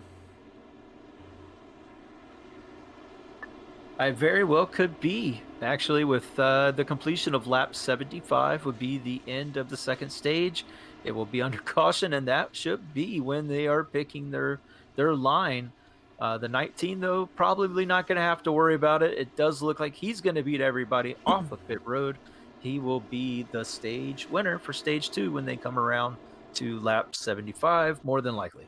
More than likely, indeed. And I've now gotten confirmation from race control about what might have happened in this incident. And we'll go back and we'll get this queued up the right way. But this might have been an incident on the back straightaway. And the 18 of Joshua McClune catching up to the 55 of Jesse Adams. And here's on the back straightaway. And oh no, very similar to what just happened. Big air time for the 55 of Jesse Adams. And more contact on the back straightaway. And Josh McClune's bright green interstate batteries, number 18 Toyota Tundra, is in the inside and outside fence. Yeah, it looked like a very similar situation to what happened to Joseph Causey. Just got the good run off the corner, got to the outside, and possibly some net code. I'm not too sure, but definitely looked like both trucks just didn't know each other was there. Oh, a big wash up there.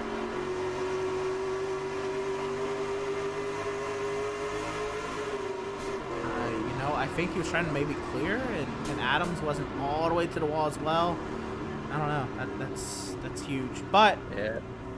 Some other news is that Christian Converse is not a shoo-in for the stage victory. We had drivers trying to stay out, and it is driver number 71, Jeremiah Stutzman, As we come off of turn number 4, we might get this stage victory decided on a restart. But I believe we're coming here to choose the lanes, and we'll see here if the choices are made here, and the lights on the safety vehicle are off, and there's a choice of Stutzman chooses up high, Converse down low, Holt down low, Tyler Markle will move to the second car on the outside, and the choice is being made there. Yeah, so they're going to come to the line to take the green flag. That will be the end of the stage. And wow, Jeremiah Stutzman pulling a bold move to get the stage win. He's going to be the stage winner. Christian Converse is going to have to settle for second place. Unfortunate that it fell like that. No, they've extended the caution, so it will end under yellow. My apologies. I was going to say that it was going to depend on the restart, but it will end under caution. A very interesting move from Jeremiah Stutzman. I'm not sure what he's going to do as far as fuel and tire strategy goes from the rest of the race. I mean, this is probably a decent move for stage 1. Stage 2, kind of a head scratcher, but hey, if he wants the stage win, go for it. Get those points, get into the playoffs, and make it happen in those last 7 races. So I can't fault him for trying to get the points. Well, that means the stage 1 victory, I'm sorry, the stage 2 victory will go to driver of the number 71, Jeremiah Stutzman. And look at all the wave arounds and all those trucks down on the inside. And again, the wave arounds, the penalty cars, the cause cars for the incident for the caution, they do not get to choose lanes. They all have to restart at the end of the longest line, which this time around was the inside lane. It is Jeremiah Stutzman, the race leader, on the outside, and Christian Converse came in second in that stage. It'd be interesting to see, because of where the choose cone was, if Tyler Markle maybe beat Greg Holt to the line, say in that row, does Tyler Markle get third in the stage, or was it Greg Holt because he was on the inside? It'll be interesting to see what race control decides to call there. We'll wait for the official stage results from race control if either Holt or Markle got third there, maybe because of where the line was and where each driver crossed. But here we go. It is driver of the number 71, Jeremiah Stutzman, on the front row, and as the iRacing.com safety vehicle will pull into the safety of pit lane, we are green from Rockingham once again. A great start from Stutzman, but he's on old tires. That's going to allow Christian Converse to be right there, and he's clear of them before they even get around the turn. Way down the running order goes the 71 of Jeremiah Stutzman. Christian Converse is cleared to the point. He's got Greg Holt hot in pursuit. And we do have the official stage results. And up into the wall goes the 71 of Jeremiah Stutzman.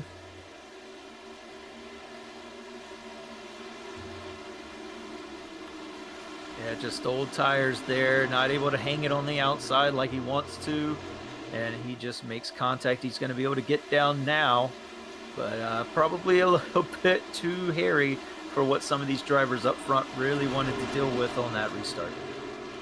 So I have now been told that the stage 2 results are under review because of something like I mentioned, you know, who was where on crossing the start finish line, and we will get that confirmation. We'll see if it's going back to the choose cone or the lap before. But the battle for lead, Holt to the inside of Christian Converse. And Holt trying to get clear. Now, this is for the victory, if you will. This is straight up racing. There's no more stage points up for grabs. Who is going to have the tires at the end if we stay green? And we saw this in the last run. The 3 truck got by the 19 very early in the run. And the 19 was able to track him down, stay with him, and get by later in the run. The 42 truck right there in third, but it looks like the 7 truck of Balliet is going to get by him and bring along his teammate in the 77 at Seth Berger. Yeah, Tyler Markle under heavy pressure now from all of Burnt Rubber Racing and then some. Balliet, Berger, and Cody Vreeland all trying to get a piece of the target Chevrolet Silverado down the back straightaway. And so while I await race control to confirm the stage results, we will hold those. But for sure, it was Jeremiah Stutzman winning the stage. That is what I can confirm. It's now the rest of the running order and where the top 10 fell. Yeah, and hopefully we get that soon. It'd be interesting to see what the call is, if they're going to review it back to how they exited pit road, the lap before the choose rule, or if they're going to abide by the choose rule and how the drivers were at the end of that 75 lap. I'll be looking forward to those results as well, but it does look like Balliet has found some speed here off of that pit stop. He may be able to hang with these leaders and put a little pressure on them.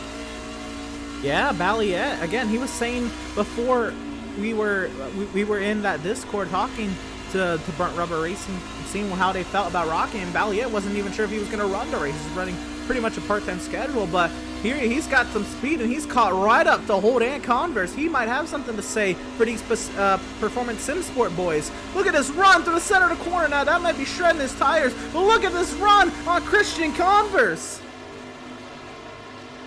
I don't think that this is what Christian Converse and Greg Holt wanted to see, is another team up here doing battle with them, putting pressure on them when they don't really want it. They want to save their tires for the end of the race, but that is exactly what Burnt Rubber Racing is doing right now. They are both right there, the 7 of Balliet and 77 of Berger. You look back off the rear end of Greg Holt's truck, and there is 6 trucks nose to tail for the race lead. Holt trying to break away from Converse, but Converse has his end. We have a caution on the Speedway.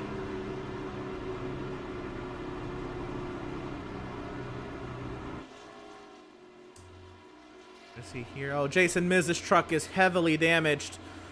Oh no, actually he's been on the pit lane for a minute now. This might be... Oh, Andrew Pratt has some heavy damage to the rear end. Gonna get a replay here and try to figure out what exactly happened.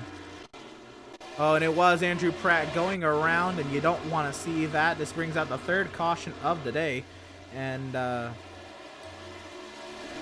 this caution I think will break last season's caution lap record, if you will. I mean, we've only had 2 run races. Oh, a big checkup there. Oh my goodness, big checkup. This stemmed all the way up ahead of Andrew Pratt, and he really had no idea what was happening. It's not really any of his fault. He just was the filling in a sandwich right there. Yeah, it looks like the 2 truck may have gotten loose on entry, checked up a bit, and that just checked up everyone behind him, and Andrew Pratt had nothing he could do, nowhere to go. Let's take a look at the 2 truck there. I think he's going to get loose getting into the turn. Or no, it was the 51 trying to stay off of the 2 truck. Wow. Again, Andrew Pratt had no idea there was going to be a huge checkup there, and neither did the driver who was behind him. I believe that was the, oh goodness, who was it? Maybe the 29 of Richardson. Not entirely sure who was the one making contact to Andrew Pratt's rear end there, but Andrew Pratt nonetheless not expecting that in the least. Definitely not, but I can tell you one driver who is probably ecstatic that this caution came out, and that's probably the 71 truck of Jeremiah Stutzman. Having hit the wall, got the stage win, was on old tires, hit the wall. He's probably loving that the caution came out right now, because this may have saved his race and given him a shot to get back and pick up some more points for the end. Well, the race off of pit lane has Greg Holt over Christian Converse, but Seth Fitzpatrick, who may have unintentionally been the reason of the caution, is the current race leader. Of course, race control will determine who the actual drivers at fault are, but Seth Fitzpatrick decides that he's going to stay out here and not pit this time around either. Yeah, I'm not sure if it was the 2 truck there.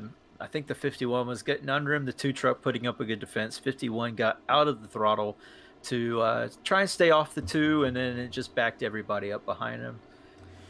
Probably very unintentional from everyone involved, and more so unintentional because the 51 was trying to avoid an accident to begin with. So we have the final results from stage 2 now. Review has concluded. It is the 71 of Jeremiah Stutzman with the stage victory, the 19 of Christian Converse in second, the 3 of Greg Holt in third. Then it was the 10 of Cody Vreeland in fourth, the 42 of Tyler Markle fifth, the 77 of Seth Berger in sixth, the 7 of Joshua Balliet in seventh, the 2 of Seth Fitzpatrick got eighth, the 51 of Ray Rogers was ninth, and the 69 of John Mickey was 10th in that stage.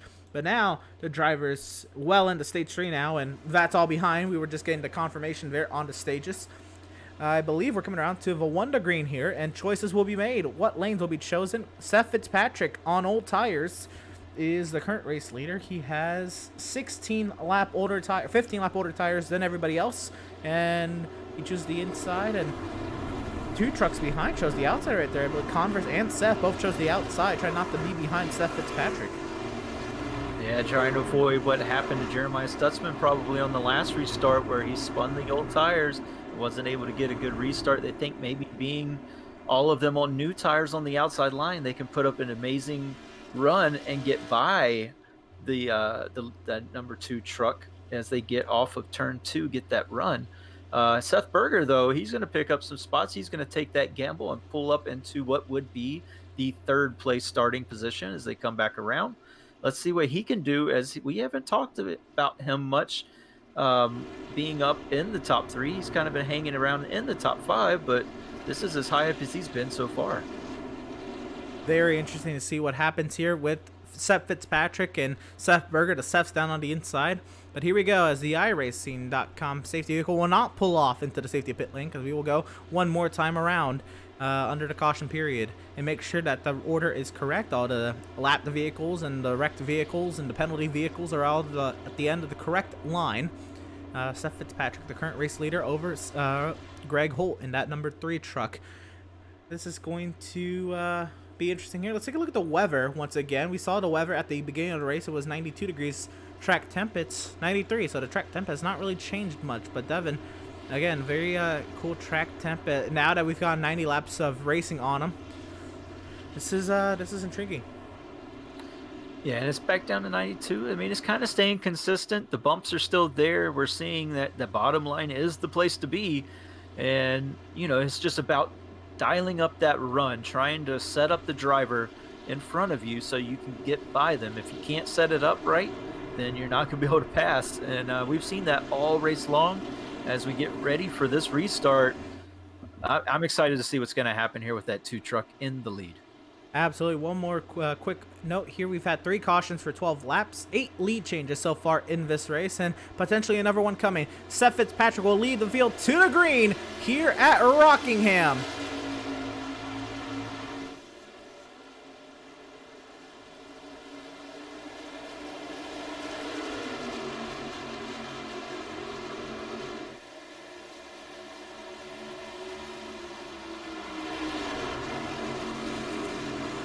A brilliant defense from Seth Fitzpatrick will give Seth Berger the race lead, and a truck spinning out of turn 4. That's Brandon Richardson. Oh,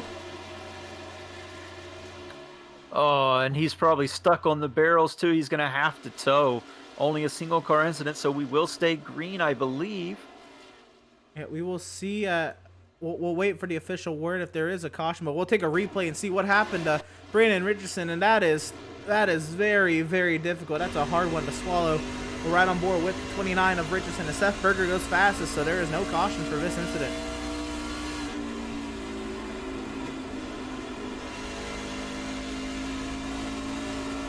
Yep, just getting on those bumps, upset the truck off of 4. I talked about it in the opener. You can get very, very loose on new tires off of turn 4 in these bumps, and it looks like that's exactly what happened. Unfortunately, that's going to be... Oh, the 3 truck. Sorry to cut you off, Emerson. It just looked like the 3 truck got into the wall. Him and the 7 of Malenko made contact right when we were coming back. So we'll try to see here. We'll go back to the action here. And this was Seth Fitzpatrick still out in front of the 3 of Greg Holt. Seth Fitzpatrick was doing a great job holding on to 2nd. Balliet sent a huge dive down the inside and went side by side in the turn 1. Did Balliet miss the bottom here?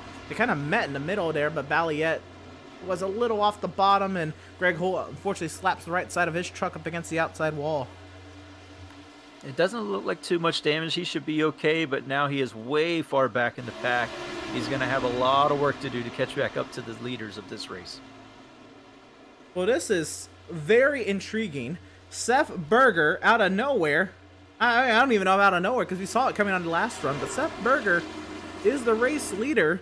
We thought this was going to be the Greg Holt, Christian Converse, Joseph Causey show. Causey's been relegated a couple laps down due to the incident. Greg Holt's been thrown to the back of the top 10. Christian Converse is now stuck in behind the teammate to Seth Berger, driver number 7, Joshua Balliet. And Seth Berger, if he's going to make a championship run here, even though he's 21st in points after Daytona, it is only Daytona. if he can get a victory here at Rockingham, we could be easily talking about a back-to-back season here for Seth. Exactly, and I know this is exactly what Seth Berger wanted right now. He got a great restart behind Seth Fitzpatrick. Fitzpatrick is hanging on to the curtails of the top 5. Looks like he just got passed for 5th, though, by Tyler Markle, but he put up a monster defense trying to stay in that second place position. And but he did wash up in turn 3 and 4, and that just opened the door for Berger, and he took it. We continue on, and it's still Balliet under heavy attack from Converse, but Converse not able to find a clean way by Balliet. And I'd imagine if with Converse and Holt being in the same Discord, and if Holt figured that what happened with Balliet was a dirty move, I feel like Converse would probably take a little bit more liberty with that, but Converse maybe not, at least maybe communicated that if that was how he felt. I think it was just hard racing anyway. We were going for the same exact spot on the racetrack into turn 1, and we now watch Christian Converse, another teammate to Greg Holt, go at it here in between a couple of the burnt rubber boys. Freeland right behind Converse, and you see Tyler Markle up in the distance. He found his way around, but 2 of Seth Fitzpatrick. And Josh Balliet is making his truck about 20 feet wide right now, taking up the entire track. Oh, Cody Vreeland is going to get the run. Oh, and there's a slow truck on the inside. That might be Richardson trying to get back up to speed. Vreeland trying not to hit Converse. Out of 4, everybody still somehow makes it through 3 and 4 in one piece in this battle. And oh no, there goes Converse into the left rear of Balliet. He holds on to the truck, but not before slapping the right side of that truck in the wall. And I'm gonna take a replay before I make any comments here, and we will see what exactly happened. I mean, that was some monster racing, and I know the 19 truck was probably getting fed up of being behind the 7. He saw the gap, went for it, and wasn't enough of a truck gap there, doesn't look like, but he definitely went for it.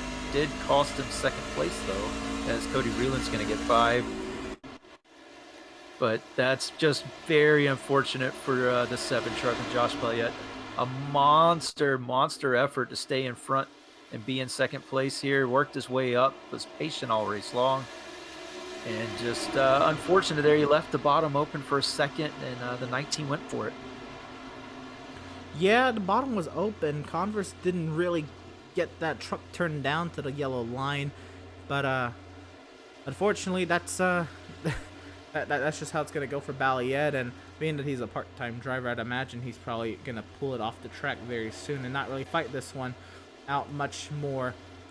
Christian Converse did find his way back around Cody Vreeland, and we continue on here at the Rockingham Speedway. Balliet has fallen all the way down. I'm trying to see where he's fallen all the way down to 13th position. He's actually still he's trucking still. There's still some speed in that truck, but that thing is very badly beat up. The left side's used up, the right side's eating the wall. And I'm sure all 4 tires are quite heated at the moment, as he did take a nice power slide through 1 and 2. So Christian Converse now up to 2nd. He sets his sights now on the 77 of Seth Berger. And does he have anything for the final third of the burnt rubber squad? He's found his way creatively past the 7 of Balliet. He's worked his way back by the 10 of Vreeland, and now sets his sights on Seth Berger, as everybody working their way through lap traffic. The lap vehicles look like they're just whizzing by these guys. Yeah, they're giving plenty of room, letting these guys battle it out. They don't want to be the cause of a driver not having a chance to win this race. Being very respectful, and the 19 truck of Christian Converse is catching Seth Berger quite rapidly right now, and we should have a battle for the lead here very shortly. And again, this has been a phenomenal showing. We've had now 9 complete lead changes here, and Converse trying to make that a double-digit number. And this is not what I expected coming into Rockingham. I thought this was going to be maybe 1 or 2 drivers this race at max. Didn't expect this many yellows as well. I mean, 3 versus 2 last season, still not that much. but it's crazy to me that we're having this kind of racing, and I am very much welcoming the open setup truck change for this season. I hope this kind of racing maintains, though. When we get to the Mount of Halves, we'll have to see then. Seth Berger now under heavy pressure from Christian Converse. That gap has evaporated, and now Converse is trying to find his way past the 77. Berger blocks to the apron, to the outside. Now looks Converse as Berger has a shallow line. They both wash up the track, still side by side. Converse now trying to cross him over. Yeah, Seth Berger trying to make his truck as wide as Balliet was earlier, but he's not going to be able to keep it that way. The 19 on the inside, he's clear halfway through the turn. New leader at Rockingham. You know what? Seth did about as great of a job as he could be with that much. I mean, Converse was just flying. I can't believe that the 77 was not up into the fence at that point as well. A great job by Converse, of course, giving the room to recognizing the situation, even though he got blocked to the bottom of the racetrack. Did not send the 77 up into the turn 1 barrier. So that was something Seth Berger defended about as well as he could. This truck is just on absolute rails. Converse went about half a tenth quicker than Berger that last lap. And I have to say, another truck that's on rails. You can see him in the back of the picture there, the number 3 truck of Greg Holt. He has worked his way back up from 10th from those troubles at the beginning of this run right after the yellow. He's back up to 3rd. Yeah, Greg Holt holding station here up in 3rd position, or I'd say making his way up past the 10 of Vreeland, into the 3rd position. Trying to see what he can do now with Seth Berger. I'd imagine if the same setup is under the 19 truck and the 3 truck, that Holt will have the same sort of pace against Seth as we work our way back into turn number 3, working lap 115 of 65, coming around to 50 laps to go as Christian Converse crosses the line. 50 laps to go here at the Rock, and Christian Converse has retaken the race lead. That is our 10th lead change on today. We've had 3 cautions for 12 laps. And this is Greg Holt now working his way up to the tailgate of Seth Berger. Now let's see if Seth puts up a defense like he did for the lead. I don't imagine he will. He might let the 3 truck a little bit more room. It looks like he is. He's going to let the 3 truck get to his inside as they come down in the 1 and 2. And the 3 truck is clear as they enter the turn. Yeah, Greg Holt will power his way by into the 2nd position now. Berger falls back to his burnt rubber racing teammate Cody Vreeland, and now Seth Fitzpatrick, he's doing a phenomenal job holding on to this 5th position on 15 lap older tires. This is a valiant effort from Seth Fitzpatrick. John Mickey has worked his way forward. I believe Mickey maybe was the driver who had some contact earlier. Mickey up into the 6th position past Tyler Markle, and our stage 2 Victor in 8th position here. This is Jeremiah Stutzman up ahead of a very solid run for Farron Elam Jr. Did not expect another top 10 run for Farron Elam, but with 50 laps to go, he's still got some work to do. Hold on to the spot, but a very, very valiant effort, very impressive from Farron Elam to continue on here. And Kyle Lingerfeld rounding out the top 10 just ahead of quick time driver in practice there of Joshua Fox. And I know he hates that I mentioned this, but now I have to mention it. And this is a driver that is, I won't even say his I rating. It sat in triple-digit I rating amongst drivers with 3,000, 4,000 I ratings. This is, a phenomenal job from Farron Elam. Yeah, he's doing a great job just putting it where he needs to be, doing what he needs to do in the race, making adjustments as need be as the track changes and the race goes on. Now he's in the top 10. Let's see if he can hang on to it. He's doing a great job, has a nice little gap back to Kyle Lingerfeld.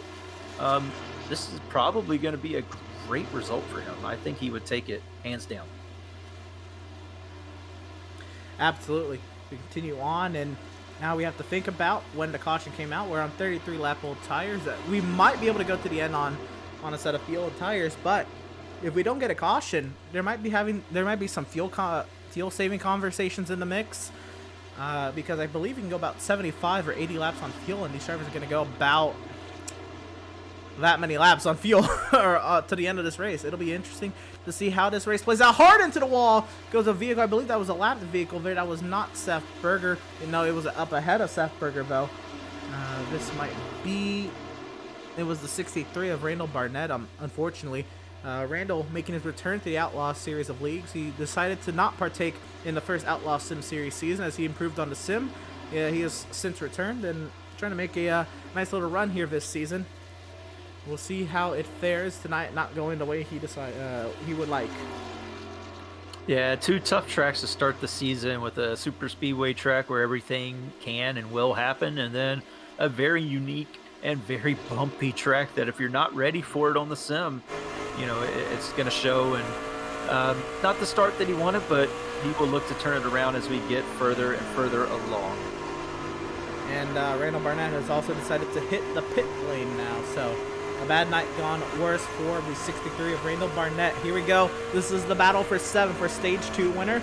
Jeremiah Stutzman trying to find his way past the 42 of Tyler Markle. Markle, again, has shown great pace today, up inside the top 10 all day, up in the top 5 a little bit today as well. Trying to hold on to a 7th place run. Yeah, and Stutzman, the Stage 2 winner, was saved a little bit by that early caution into the last stage of the race. He fell all the way back, was able to come down, get 4 fresh tires at the same time as everyone else, and also, fix some of that damage. It looks like the truck is back to where he wants it, and looks very good, trying to take away this 7th position. Tries, he might continues on, but look at how early he's backing up these corners, as Marco is probably driving very hard, trying to hold on to the spot. Stutzman, he really backs up that entry and then tries to get that nice little exit. Yeah, it looks like he drove it in a little deeper there, trying to stay right on the back bumper of that 42 truck. He's going to get the run off of 4. He's on the inside. Can he make it stick? He's going to have a shallow line. He's going to have to back it off, and that gives Markle the spot back for the time being. They work their way past the pole sitter, Brad Bothwell. This is not the run I expected from Brad Bothwell. After starting a pole, he is 4 laps down. This is the definition of not his day. And Stutzman loose off of 4 there. That's going to give the advantage to Markle to open up the advantage, open up the gap a little bit back into turn number 1. Working out under 40 laps to go. Coming around to, this would be 37 laps to go this time by the start-finish line. And Tyler doing a nice little job holding on here. Can he hold on now 37 more times? Yeah, it's going to be very hard to do. Stutzman hits the apron a little bit coming off of 4 there. That's going to open the gap back up a little bit more. He's going to have to stay a little bit more consistent if he wants to get that spot and set that 42 truck up. We know Markle can put up a very good defense, so it's not going to be easy to get by that 42 target machine. But going back to Bothwell, just a very, very bad run for him. Great qualifying lap, putting it on pole, and then it just kind of fell away from him. He wasn't able to, he led a couple laps, but then just fell off the pace, and not really sure what happened with the setup. Maybe the race setup just not what it needed to be today. Just very unfortunate for that 31 truck. So today has been definitely a performance sim sport day, and the likes of Christian Converse, Greg Holden, even Joseph Causey early on. But the time to do a little housekeeping, as we've had another confirmed retirement out of the race. At the back of the field, we have Daniel Park, 33rd. He is 126 laps down. Doug Solms, 84 down in 30th. Matt Rogers has DNF'd as well, 64 laps down. Brandon Richardson is out of the event as well after making contact, if you will, with the pit attenuator, with the pit barrels there. He'll be 28th, 25 down. Andrew Pratt has left the session. He is currently scored in 25th. He is 7 laps down, but Jeremy C. Poole, Jason Miz, they're 26th and 27th, and they are still running 8 and 10 laps down respectively. Randall Barnett is 5 laps down and 24th. Everybody else, well, we have Andrew Schroeder, James Gilliard, Brad Bothwell, and Jesse Adams. They're all 4 laps down. Kevin Thompson is 3 laps down. Joseph Causey in the 18th position is 1 lap down, trying to not go 2 laps down to his teammates. And that very damaged rear end there for Joseph Causey. Also 1 lap down is the 5 of Matthew Setzer. And the last car, actually another driver who's a lap down, is the 25 of Eric Peck. But the last car on the lead lap is this driver of the number 7, Joshua Balliet. Christian Converse is right up the road. Yeah, and it'll be interesting to see what happens this time around. The 19 did move the 7 truck out of the way a little bit as they got into turn 1. The 7 truck putting up a good defense for second place. 19 truck is there. I don't know if the 7's going to let him have it. He's going to hold him up. Well, remember, they made contact, So this will be interesting, and he's blocking. He's not going to give it easy. I don't know if he's going to like absolutely take him out, but he's not going to give it easy. He is not happy with the way Converse made his way past.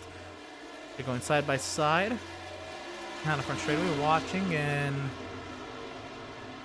is that caution on the Speedway? Oh, he, you know, I don't know about that. I don't know about that.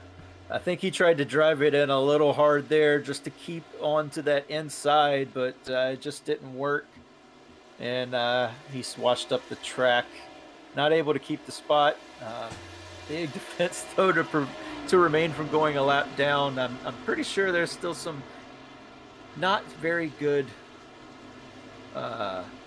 love in the room between those two drivers right now. I'm sure Balliet does not feel the best about being absolutely used up and then disposed of by, unfortunately, the front end there, the 19 Toyota Tundra.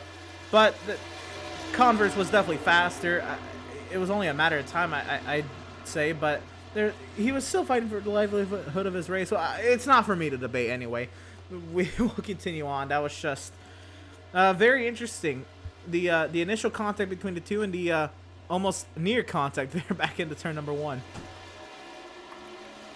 Yeah, very interesting indeed, but the 19 is running away with it a little bit, but the 3 truck has caught back up from back in 10th spot just, I don't know, 50 laps ago, and he is back up to second, only half a second off the lead is that 3 truck of Greg Holt. And Seth Fitzpatrick up to third. I was going to say, Seth Fitzpatrick on old tires. Now, here's the unfortunate thing. If he hasn't taken fuel, he cannot make it to the end on fuel. But Seth Fitzpatrick is doing a phenomenal job. He's driven back up to third, and now, while he might be driving up to third, might be some drivers are trying to save fuel if it's very close, but still a phenomenal run from Seth Fitzpatrick. Got himself 4 laps led, and he's doing a fantastic job staying up in the up here with his 15-lap older tires. Yeah, no, I think he knows that he can't make it on fuel, so he's just driving it full out right now, knowing he's going to have to pit again. Maybe the 77 and the 69, the 10, all of them backing off a little bit, trying to see if maybe they can stretch it and win this thing on fuel mileage. So there's been an update to the Stage 2 results. I figured Tyler Markle was a little bit farther down the Stage 2 running order, or the Stage 2 results there. It has since been adjusted once again. A little bit of smoke there in the turn 3. I think drivers trying to make their way onto the pit lane. The Stage 2 has been adjusted for Jeremiah Stutzman to be the stage winner still. Christian Converse still in second. Greg Holt, the third place finisher in stage number 2. Tyler Markle finished 4th in the stage. Cody Vreeland 5th. Seth Berger 6th in the stage. Seth Fitzpatrick 7th. Joshua Balliet 8th in the stage. Ray Rogers 9th in the stage, and Andrew Pratt will get the final stage point instead of John Mickey. Andrew Pratt got 10th in stage number 2. The final verdict from race control, but we are now within 25 laps of the finish. We're coming around to, this would be 22 laps to go, and the battle for the lead is shaping up with 22 laps to go. And Greg Holt has found his way all the way back. He is challenging for the lead. He wants to win this race. I don't know what happened there. It Caution looks like he's on the trying Speedway. Big accident in turn 3. Multiple trucks around. Oh, and that's going to change up everyone's strategy. They're going to come down. This is going to be a sprint to the finish. Oh, this was a big accident, but you know who absolutely hates this caution is Greg Holt. He had that pass all but made. And here off of turn number 4, this is a mix between fresh and old tires. Barnett on fresh tires down on the inside. Adams on old tires, and man, big impacts there, and 4 trucks involved in this accident. Yeah, and that was right in front of our 4th place driver, Seth Berger, and a bunch of lead lap drivers right in that could have been involved in that wreck. Luckily, none of them were, it doesn't look like, but yeah, it looks like the 55 truck just didn't realize the closing speed that the 63 truck had on new tires. That was a very early turn-in point there. Oh my goodness, very early turn-in point for the 55 truck. I think it caught Randall off guard as Randall was on fresh tires just trying to make his way by cleanly. And that That's not the sight you want to see. You don't want to be stopped in the middle of the racetrack under green flag conditions, looking back at another truck stopped in the middle of the racetrack. Yeah, I think it all had to do with the 55 not really realizing the closing speed the 63 had on new tires and just trying to make his normal turn in, and didn't work out too well for either driver there. So what this does do is now everybody will be able to come in fresh tires. Cody Vreeland overshoots his box. Fresh tires and fuel for everybody who could not make it on fuel. And down and away is the 19 of Christian Converse. He will beat out Greg Holt, Seth Berger, and Fitzpatrick to the line. Berger over Seth Fitzpatrick. And remember how quick Berger was on the short run. This could get very spicy. It could be. There's nothing left on the table now. It's going to be a nice little shootout to the end of this race. And I tell you, one driver who was probably, again, ecstatic that this caution came out is the driver of that number 2 truck. He couldn't make it on fuel, but now he can. Thanks to the caution, he got saved. And Josh McClune was the race leader. He will now come down the pit lane on the second time around. And I believe... trying to figure out who might be the lucky dog for this incident or for this caution. I believe it might have been Joshua Fox. And breaking news, Emerson, the number 3 truck has been caught speeding on pit road. That what? I mean, there's still laps left in this race, but not many. And he's gonna have to go all the way to the rear behind all the lapped vehicles. This is rough. Yeah, and he, you mentioned it before, he did not want to see that caution. He had this race pretty much in his mind, all but one. He was there trying to take the race lead and, just compounding his woes, speeding on pit road. Huge news there, and that I think makes things a lot easier for Christian Converse, or does it? There goes a vehicle being waved around to pace a vehicle, and it's time to make choices. Devin, where do you want to be? I want to be on the inside line. If I'm anyone but Seth Berger, it looks like he's going to choose the inside, though.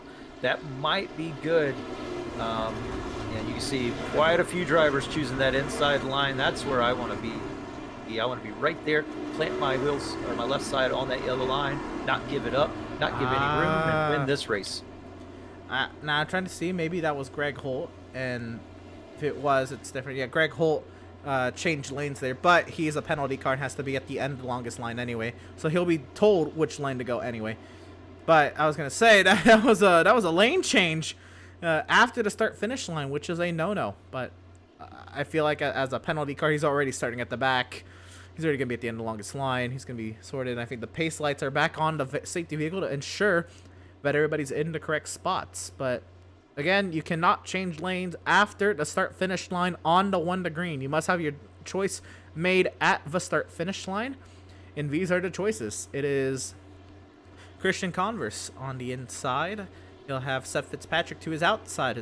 Fitzpatrick will gain the spot on Seth Berger, who both gained spots, a spot from Greg Holt. Seth Berger will stay stagnant in that. Tyler Markle now goes up to 4th. It is John Mickey in that 69 down up in 5th. Devin Smith. We haven't even mentioned his name all day today, and another caution lap has been added, by the way. Devin Smith up there into the 6th position. Then we have the 98 of Theron Elam Jr. there in 7th. Actually, it's Stutzman down on the inside in 7th. Then Theron Elam on the outside in 8th. Cody Vreeland to the inside of row number 5 and 9th. He'll have Kyle Lingerfeld to his outside. In 10th, it'll be Joshua Fox in 11th with Greg Holt. Actually, that's it. Everybody else is lapped vehicles. Balliet, the first driver, 1 lap down, though, trying to fight for his lucky dog. If another quick caution comes out, and as we add pace laps, the intensity is going to ramp up. Devin, late race shootout. We're going green. Not this time. If we go green when we're supposed to, we'll be going green with 15 laps to go. Yeah, it's going to be a nice, quick shootout, and I'm pretty sure one of the drivers who wants to see that, they're going to give the 3 truck his spot back here. Maybe that's why the caution laps were added. This is very intriguing, and I'll definitely want to know the official word. I guess iRacing gave him the wrong penalty is the official word from race control.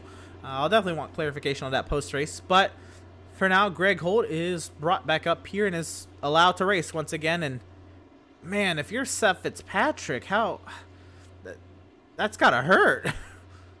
Yeah, he was going to be starting in second, what would have been second place. Had a great shot. He has a good short one truck.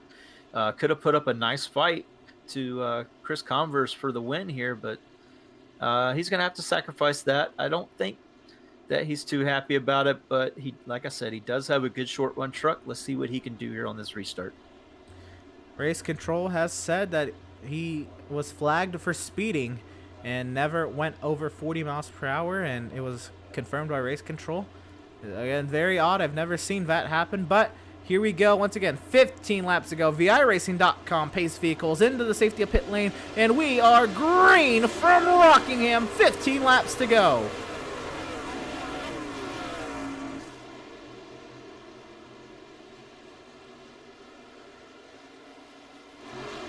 Oh, wrecking in the back, and around goes, oh no, is that Tyler Markle into the heart of the field? This is going to be a big one. Several more trucks involved. Huge wreck off of turn 2. Everybody fighting for every inch. They knew that this was the restart to make up places if they wanted it, and looks like a couple of drivers get caught out going a little too hard. Oh no, that is huge. We're going to have to see exactly what happened here.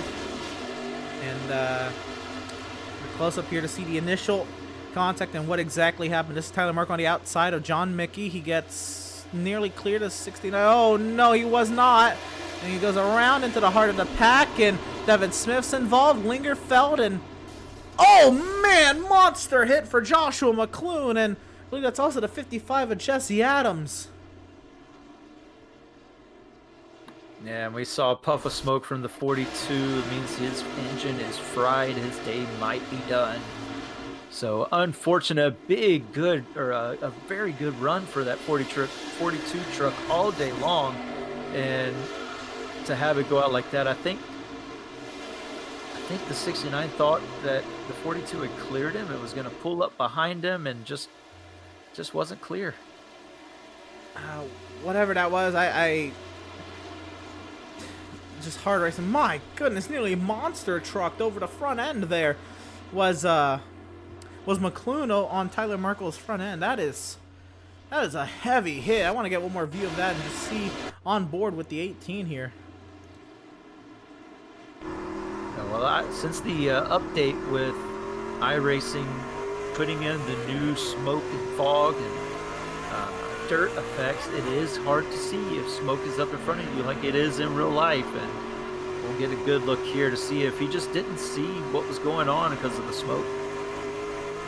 Smoke and trucks everywhere, and he could see the truck, but I don't know, I think he got the brakes and the truck shot right. Yeah, that looks to be what happened. He's hitting the brakes, the truck shoots right into the 42.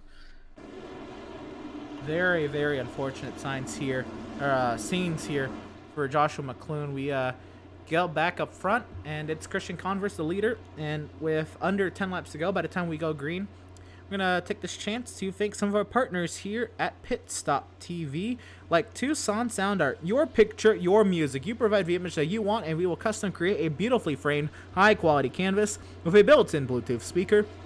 With Sound Art, you get the best of both worlds. Visit TucsonSoundArt.com for additional info. Use promo code PitStopTV at checkout and receive 10% off of your purchase. Ever wished you could have a race engineer on speed dial? Well, now you can, thanks to RaceFace, a driver development service and setup shop all in one. Work with Tyler, a real-world race engineer, and then step up your game before your next race. Pick up pace with RacePace. When it comes to your appearance, you deserve the best care that money can buy. And with locations in Auburn, Lewiston, Naples, and Saco, Maine, Permanent Makeup and Cryo in Maine owner Ashley Boyer is a certified micropigmentation specialist who provides professional, safe, and personalized services. You can contact Permanent Makeup and Cryo in Maine at permanentmakeupinmaine.com. You can call or text them at 207-358-8683. Whiplash Media specializes in various sim racing resources, including paint schemes, stream overlays, iRacing camera packs, and more. The official graphic and camera provider of PitStop TV, and you can grab your iBroadcast cameras today at www.pitstoptv.com, and of course our friends at BAM Racing Videos, by a race fan for the racing community. The choices have been made. Seth Berger has elected to go behind the 19 of Christian Converse again. We saw how well that worked out for him on the restart. Will it work out the same now? I'd imagine with the teammates being in the same Discord, usually they'd work together, but with 10 laps to go, I don't know if you want to give away that kind of information. Yeah, I'm not sure that you do, and the 19 truck knows how strong that 3 truck is, so I'm not sure he wants to do that to possibly give away the win, just knowing that Greg Holt is very, very good, and that 3 truck, it's dialed in right now. But I'll tell you one thing, that 77 truck of Seth Berger, he made that inside lane work for him starting there. Last restart, he got around the 3 truck, was right on the back bumper of the 19, looking to put a play for the lead before that caution came out. Yeah, that was something. It was a great run, and the field is dwindling here. I believe Balliet was able to get the lucky dog here, so Balliet's back onto the lead lap. And they're 3 wide back there, so I believe this might be an extended caution because we are still confused on what the starting order is back here. Let's see. Looks like everybody's still trying to figure it out. I think now they've worked it out. Maybe no. The 51 still thinks he should be somewhere. I believe we're going to go green like that. Yeah, they're 3 wide in the thick of the pack. I think Elam's giving up the spot now. But here we go. The iRacing.com safety vehicle is going to pull off into the safety of pit lane and what will be a jumbled up restart behind. And we are green once again from Rockingham with now 9 laps to go.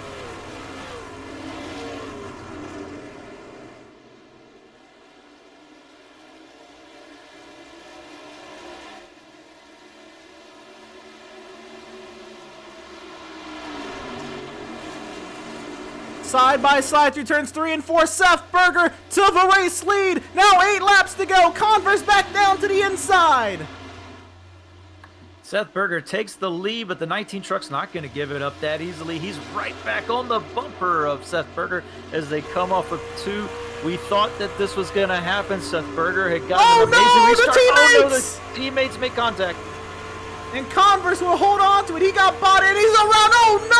Oh, this is going to be a big one. Oh, no. Big accident in the back.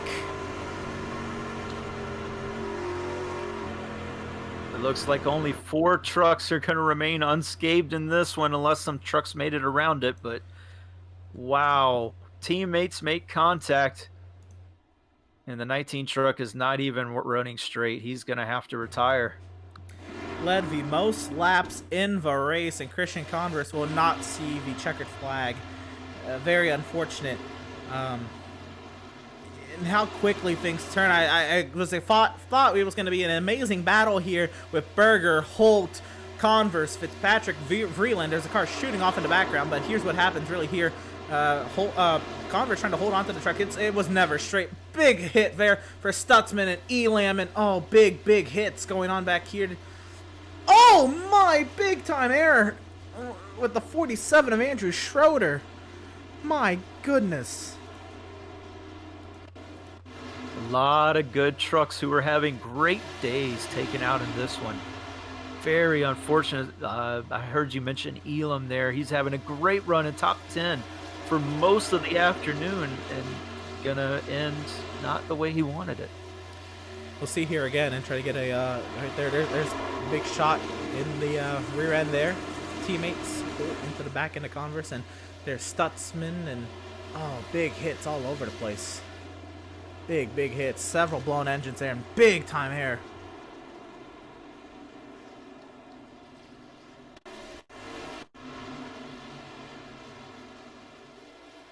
Yeah, when the fields are stacked up like this at the in a restart, and someone goes sideways, there's just nowhere to go sometimes. And he tried to hang on to it, but Rockingham, I mean, it's just going to do that to you. Elam, Lingerfeld, big hits.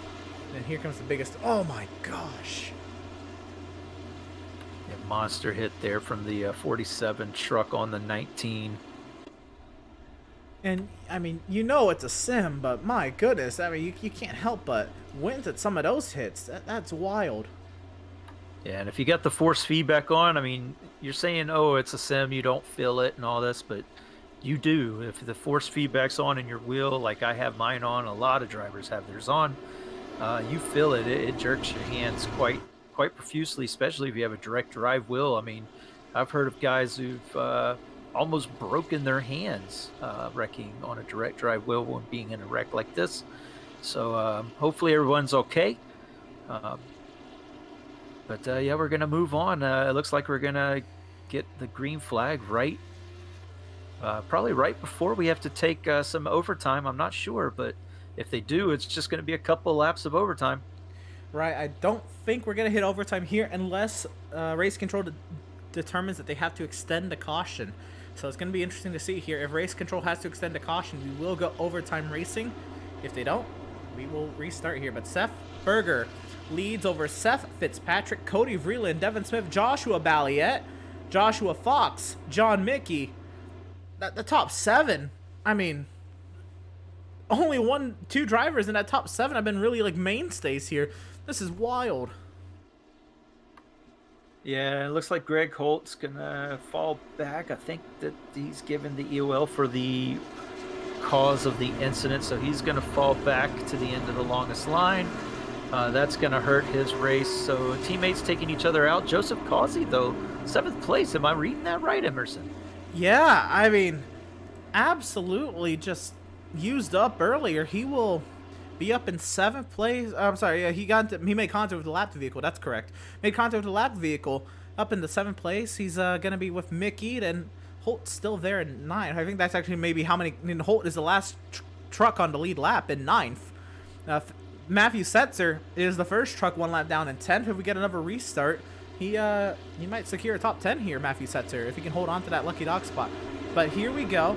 The lights are not on the safety vehicle, so we will get a scheduled attempt here at a 2-lap shootout. It is Seth Berger and Seth Fitzpatrick, the front row. Here we go. VIRacing.com safety vehicles into the safety of pit lane, and we are racing once again from Rockingham.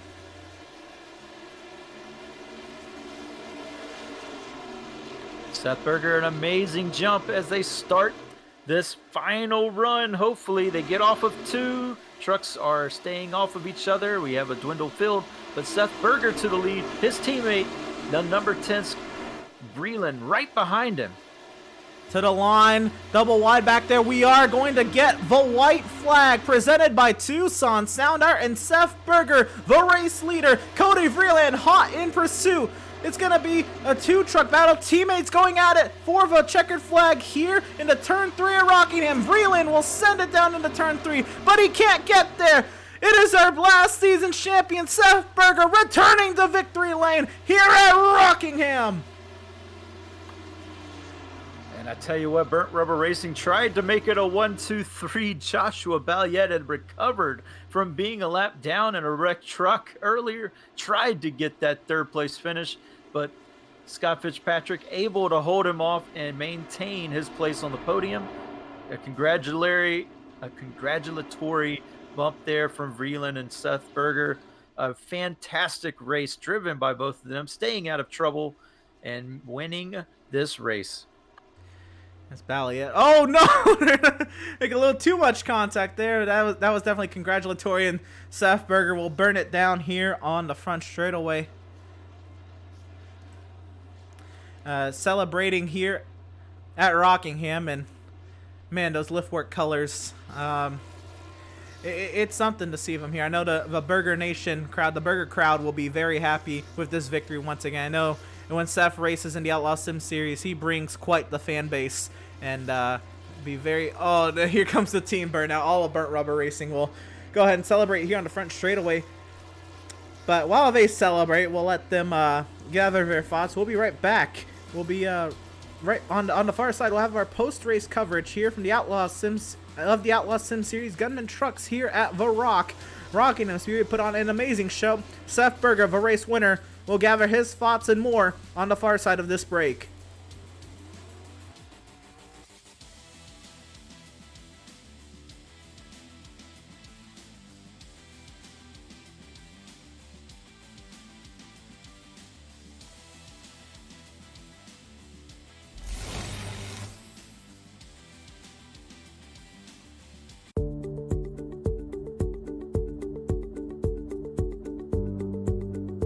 Sound art is a product that is a speaker and it's art. We combine it together and we call it sound art.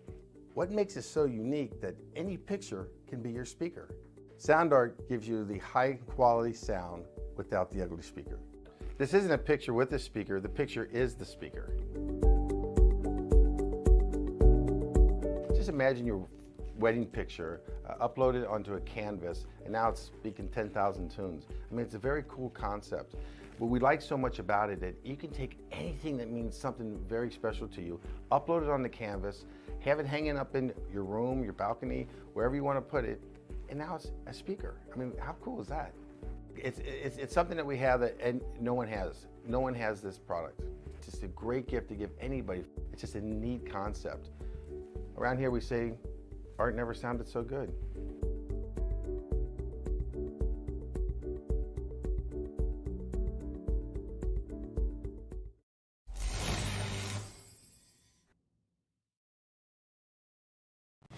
After months of quarantine, we're all interested in how we can become our best self. The team at Permanent Makeup and Cryo is here to help you get the flawless makeup look every day without the extra effort or time.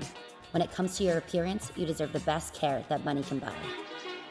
SoundArt introduces an entirely new way to listen to music in your home. By combining the best of two products, a revolutionary high-fidelity, low-profile Bluetooth wireless speaker with beautiful artwork. Select from a library of artwork or upload your own photos to personalize your experience. SoundArt ushers in an era of invisible, beautiful, and amazing sound throughout your home and redefines your entire entertainment system. The need to reclaim your floor space and rid your home of unsightly speaker boxes that need to be bolted to the wall is now a thing of the past. Our canvas is printed on high-quality permalite by Breathing Color. And select from our gallery or upload your own. Standard sizes include 16 by 20 and 18 by 24 canvas wrapped. Custom sizing is available, as well as surround sound options.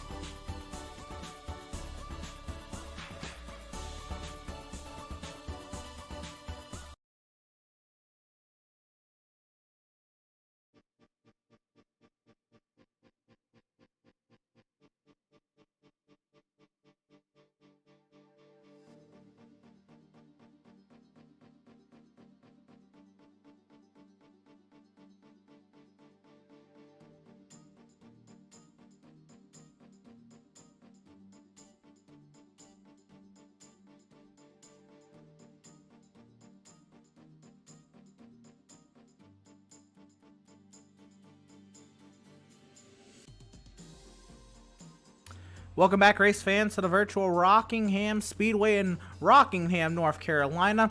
It was a fantastic race. We had so many lead changes and a lot of action I was not necessarily anticipating coming into today's race. And I don't know if this driver really anticipated all of this happening in today's race, but Seth Berger picking up right where you left off at the end of last season with a victory here at Rockingham. Seth, tell us all about it. Oh man, honestly, to start, we'll start at practice. I was 24th out of 25th to start the practice, so that was definitely rough. And I just gotta thank Adam Gardner for the setup help. I wouldn't have been able to win this race without his help.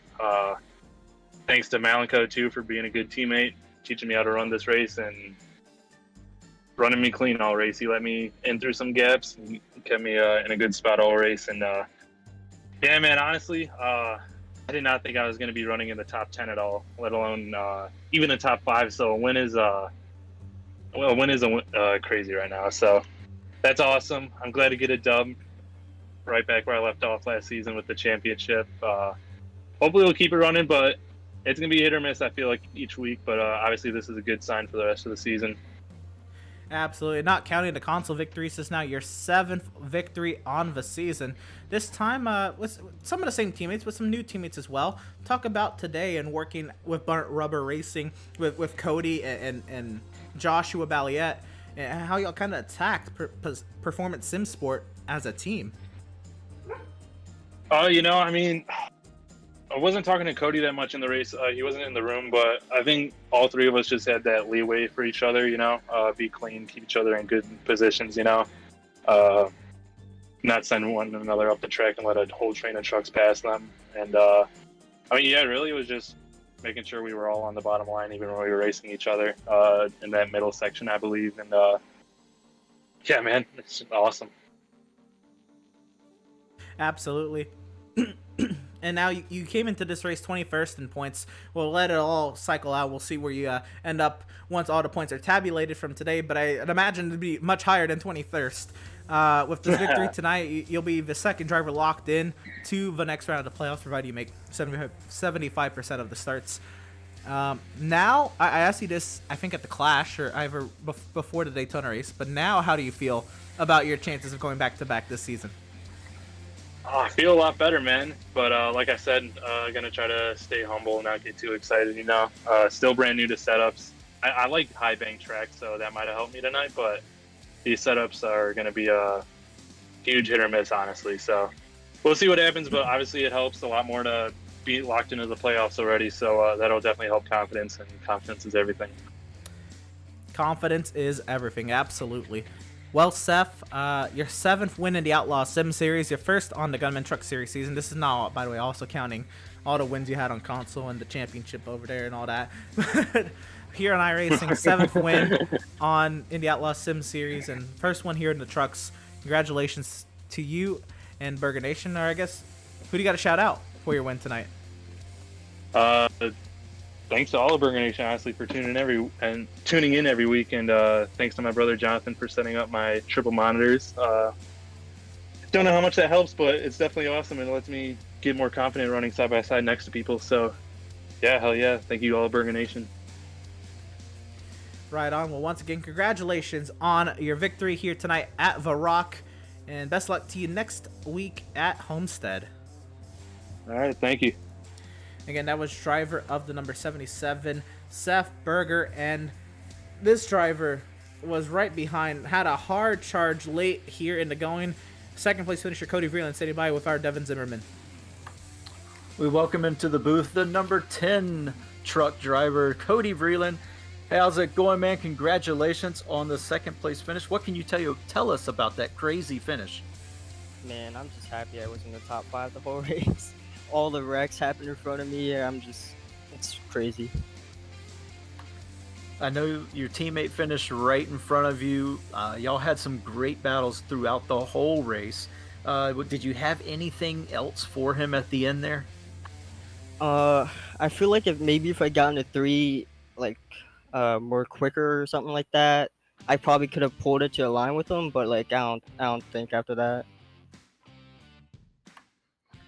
The season didn't get off to too great of a start for you at Daytona. So, having a race like this, a scrappy second place finish, how do you think that sets you up for the rest of the season? With me finishing second to this race, second race in the trucks as well, I have pretty high hopes for the rest of the season. Awesome. Well, congratulations again on the second place finish. Before we let you go, is there anyone you want to give a shout out to, or who makes things possible for you here? I want to spot out my spotter, Patrick, my stepdad. He was making adjustments on the fly. Rocket Racing setups, they're amazing. Other than that, no one. Well, congratulations again. Hopefully you can continue the success at Homestead next week. We'll look forward to talking to you there as well. Thank you. And that was driver of the number 10, Cody Vreeland. And we'll bring in our second Seth of the day into the booth. And this driver, this was phenomenal. Seth Fitzpatrick. You decided to stay out one of the middle race cautions and got yourself the race lead, led 4 laps. But with 15 lap older tires, you faded back a little bit and then drove right back up to 3rd place. Talk about that run on the older tires compared to the rest of the field, and what's going through your mind as everybody's just whizzing by you and you drive right back by them and 20 laps later. No, it's 15 laps. I thought it was shorter than that, but I thought it was just going to be I thought it was a waste of tires. I thought it was luckily I don't think everybody used all their sets, but I just thought it was going to be a waste. I wanted to have something left for the end in case I needed it. Fair enough. Well, nonetheless, it was 15 laps according to timing and scoring, and some of those were caution laps. So maybe 10 laps green flag. But at an abrasive track surface like Rockingham, and a short track where you're leaning on the right front tire a lot, and seeing the entire rest of the field come in, you're the only driver on old tires. What's going through your mind? Just hoping you don't get ran over, or you think you had something with those boys, or what's going through your mind on that restart? No, I just knew I was just going to let them go and just planned on seeing them in about 30 laps. Fair enough. I knew. Oh, my bad. If you were going to add on to that. No, I didn't have nothing else.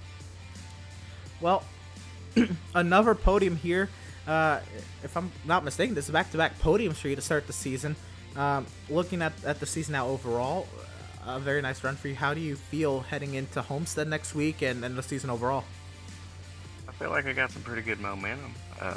Just trying to keep moving forward, staying in the top 5 every week. And surely if we can stay in the top 5 every week, it'll result in a win here soon. Fair enough. It's been a great running so far. I think, again, to me, the most phenomenal thing was seeing you drive back through the field on the older tires. I think that speaks volumes to your driving style and how you manage your equipment. Once again, congratulations on your third place finish. We'll give you the floor now. Whoever you got to shout out, whoever you got to thank, the chance is yours here. I have to thank John, Mickey, for giving me that setup because I had no time to practice this week. And I only had just a few laps before the race, so say thanks to him. If it wasn't for him, I wouldn't have finished there. Well, fair enough. Once again, congratulations on the podium finish. Back-to-back weeks in a row, Seth. Congratulations on the podium. Best luck to you next week at Homestead. Thanks, man. And again, driver of the number 2, Seth Fitzpatrick. I still can't get over that. That was a phenomenal job from Seth Fitzpatrick. But let's see how the rest of the drivers came to the checkered flag there in that topsy-turvy finish.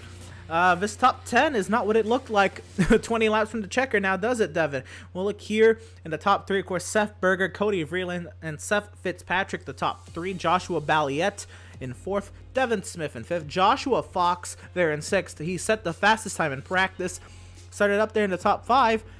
Didn't really show that kind of pace all day, but he still gets a nice little finish out of it. And Joshua Fox, by the way, is still very new to iRacing, one of the newest drivers on the service in this league.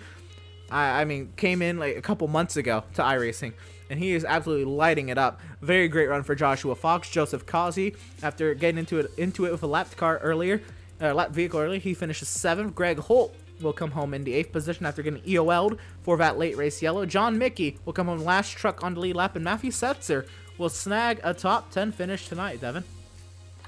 Yeah, and then 11th will be Farron Elam Jr. Had a great top 10 run going. Got caught up in that late race accident, but he was able to recover to 11th. Ray Rogers in 12th. Jeremiah Stutzman in 13th. 14th, James Gilliard. 15th, Kyer Lingerfeld. 16th, Brad Bothman, our pole sitter.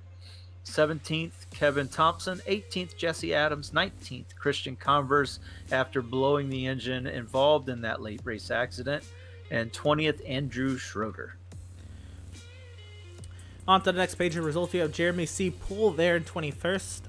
Randall Barnett will come home in 27th. Tyler Markle, after having a top 5 run most of the day, he will finish in 23rd. Joshua McClune in 24th. Eric Peck comes home in 26th. Jason Miz, after running up in the top 5 a little bit today, he will come home in 26th.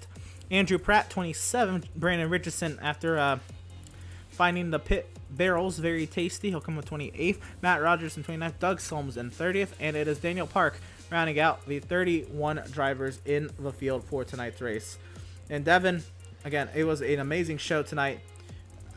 Was this kind of a show what you expected when you headed to when you came to join me on the booth today for Rockingham? Definitely not. I expected these trucks to have, the front runners like we did early in the race, and in the middle of the race we had the front runners who were way out in front, kind of just running away with the thing, and then we had the mid pack racers that were all together just battling it out for position. And we thought it was just going to be kind of like a race like that. But these late race cautions, I mean, cautions breed cautions. We hear that all the time. And this was the epitome of it right here. We had a caution late in stage 3, and then the two massive incidents at the end of the race there that just set up this very interesting top 10. Congratulations to all of those top 10 finishers. And I know some of them are very, very fortunate to be in that position. One who comes to mind is Joseph Causey. I mean, he was 2 laps down at the beginning of the race. It is definitely something. If you want more racing action, well, don't worry. The channel here at PitStop TV stays active weekly, several times a week, by the way. Friday night, of course, we head out to New England for the New Hampshire Motor Speedway, the MSRA National Series, and their Xfinity cars take to the Magic Mile up there. And then Tuesday night, like I said, Road America for round number, oh goodness, what is this, 16 on the NORC Season 13 calendar. Road America, I love Elkhart Lake, Wisconsin's road circuit up there, and I can't wait. NASCAR Xfinity Series cars taking to it, 25 laps, but they are grid starting at Road America. I still can't get past that. I know NORC has grid started before when they ran a Monza race in the Cup cars a couple seasons ago, but here they are. They're going to be at Road America, grid starting. I get it, you know, if it's a 4 and 4 minute pace lap, 3 minute 45-second pace lap, but grid starting, that's going to be quite the challenge. And next Wednesday night, it's a doubleheader here on PitStop TV. The first of the two, the International Online Racing League, the IORL IndyCar Series, takes to the streets of Chicago, a newly released track on the iRacing service, and they will be wrapping up their season. They're coming up into the final stretch of races there in the IORL IndyCar calendar. Trey Shuttlesworth, our very own Trey Shuttlesworth, I hear took the victory today at Watkins Glen for the International Online Racing League today. So again, we don't cover all of the races for IORL, but we are covering select races, and the Chicago Street Course was added to the schedule and added to the PitStop TV schedule as well. It'll be nice to pick up there and see how their season's going with Trey Shuttlesworth now the most recent winner in the International Online Racing League. And again, they're round today at Watkins Glen. And also on Wednesday night will be the Outlaws Sim Series round number 3 from the Homestead Miami Speedway. And if you wish to keep up with all of our series here at PitStop TV, you can check out our social media platforms, where Vincent Cortez has been very hard at work today on our Facebook at facebook.com/PitStop TV, at our Instagram at pit_stop_TV, the website right there on the bottom of your screen, the Twitter at PitStop TV_, the website right there as well, and we have a Twitch channel as well, twitch.tv/pit_stop_TV, and our YouTube channel there, of course, at youtube.com/PitStopTV1. And that'll do it from the Rockingham Speedway. Again, happy to have had you all here for tonight's broadcast, and we hope you enjoyed tonight's action. I said that backwards, but I hope you enjoyed tonight anyway. And again, it was a pleasure to bring Devin Zimmerman back up to the booth with me for these Outlaw Sim Series races and bring him back to PitStop TV in some capacity. It's glad to have him back. He joined me alongside the mic tonight on commentary. Vincent Cortez rocked social media coverage tonight. Again, you can check all of his status updates, his posts from tonight's race on our Facebook page and our Twitter and our Instagram tonight. And myself, Emerson Arden. Again, if you want to join our crew, send Andrew an email. Wow, I'm flipping everything tonight. Send Andrew an email at andrew@pitstoptv.com. If you have any commentary experience, you want to join us for social media, if you have any production experience, or even if you don't and you want to try to learn, we'll be more than happy to try to help you out with that. Send Andrew an email and we'll get you started. But I'm Emerson Arden. Again, I want y'all to stay safe and stay cool, as it's gotten very hot here in these summer months. Thank you for tuning in, and we'll see you next time.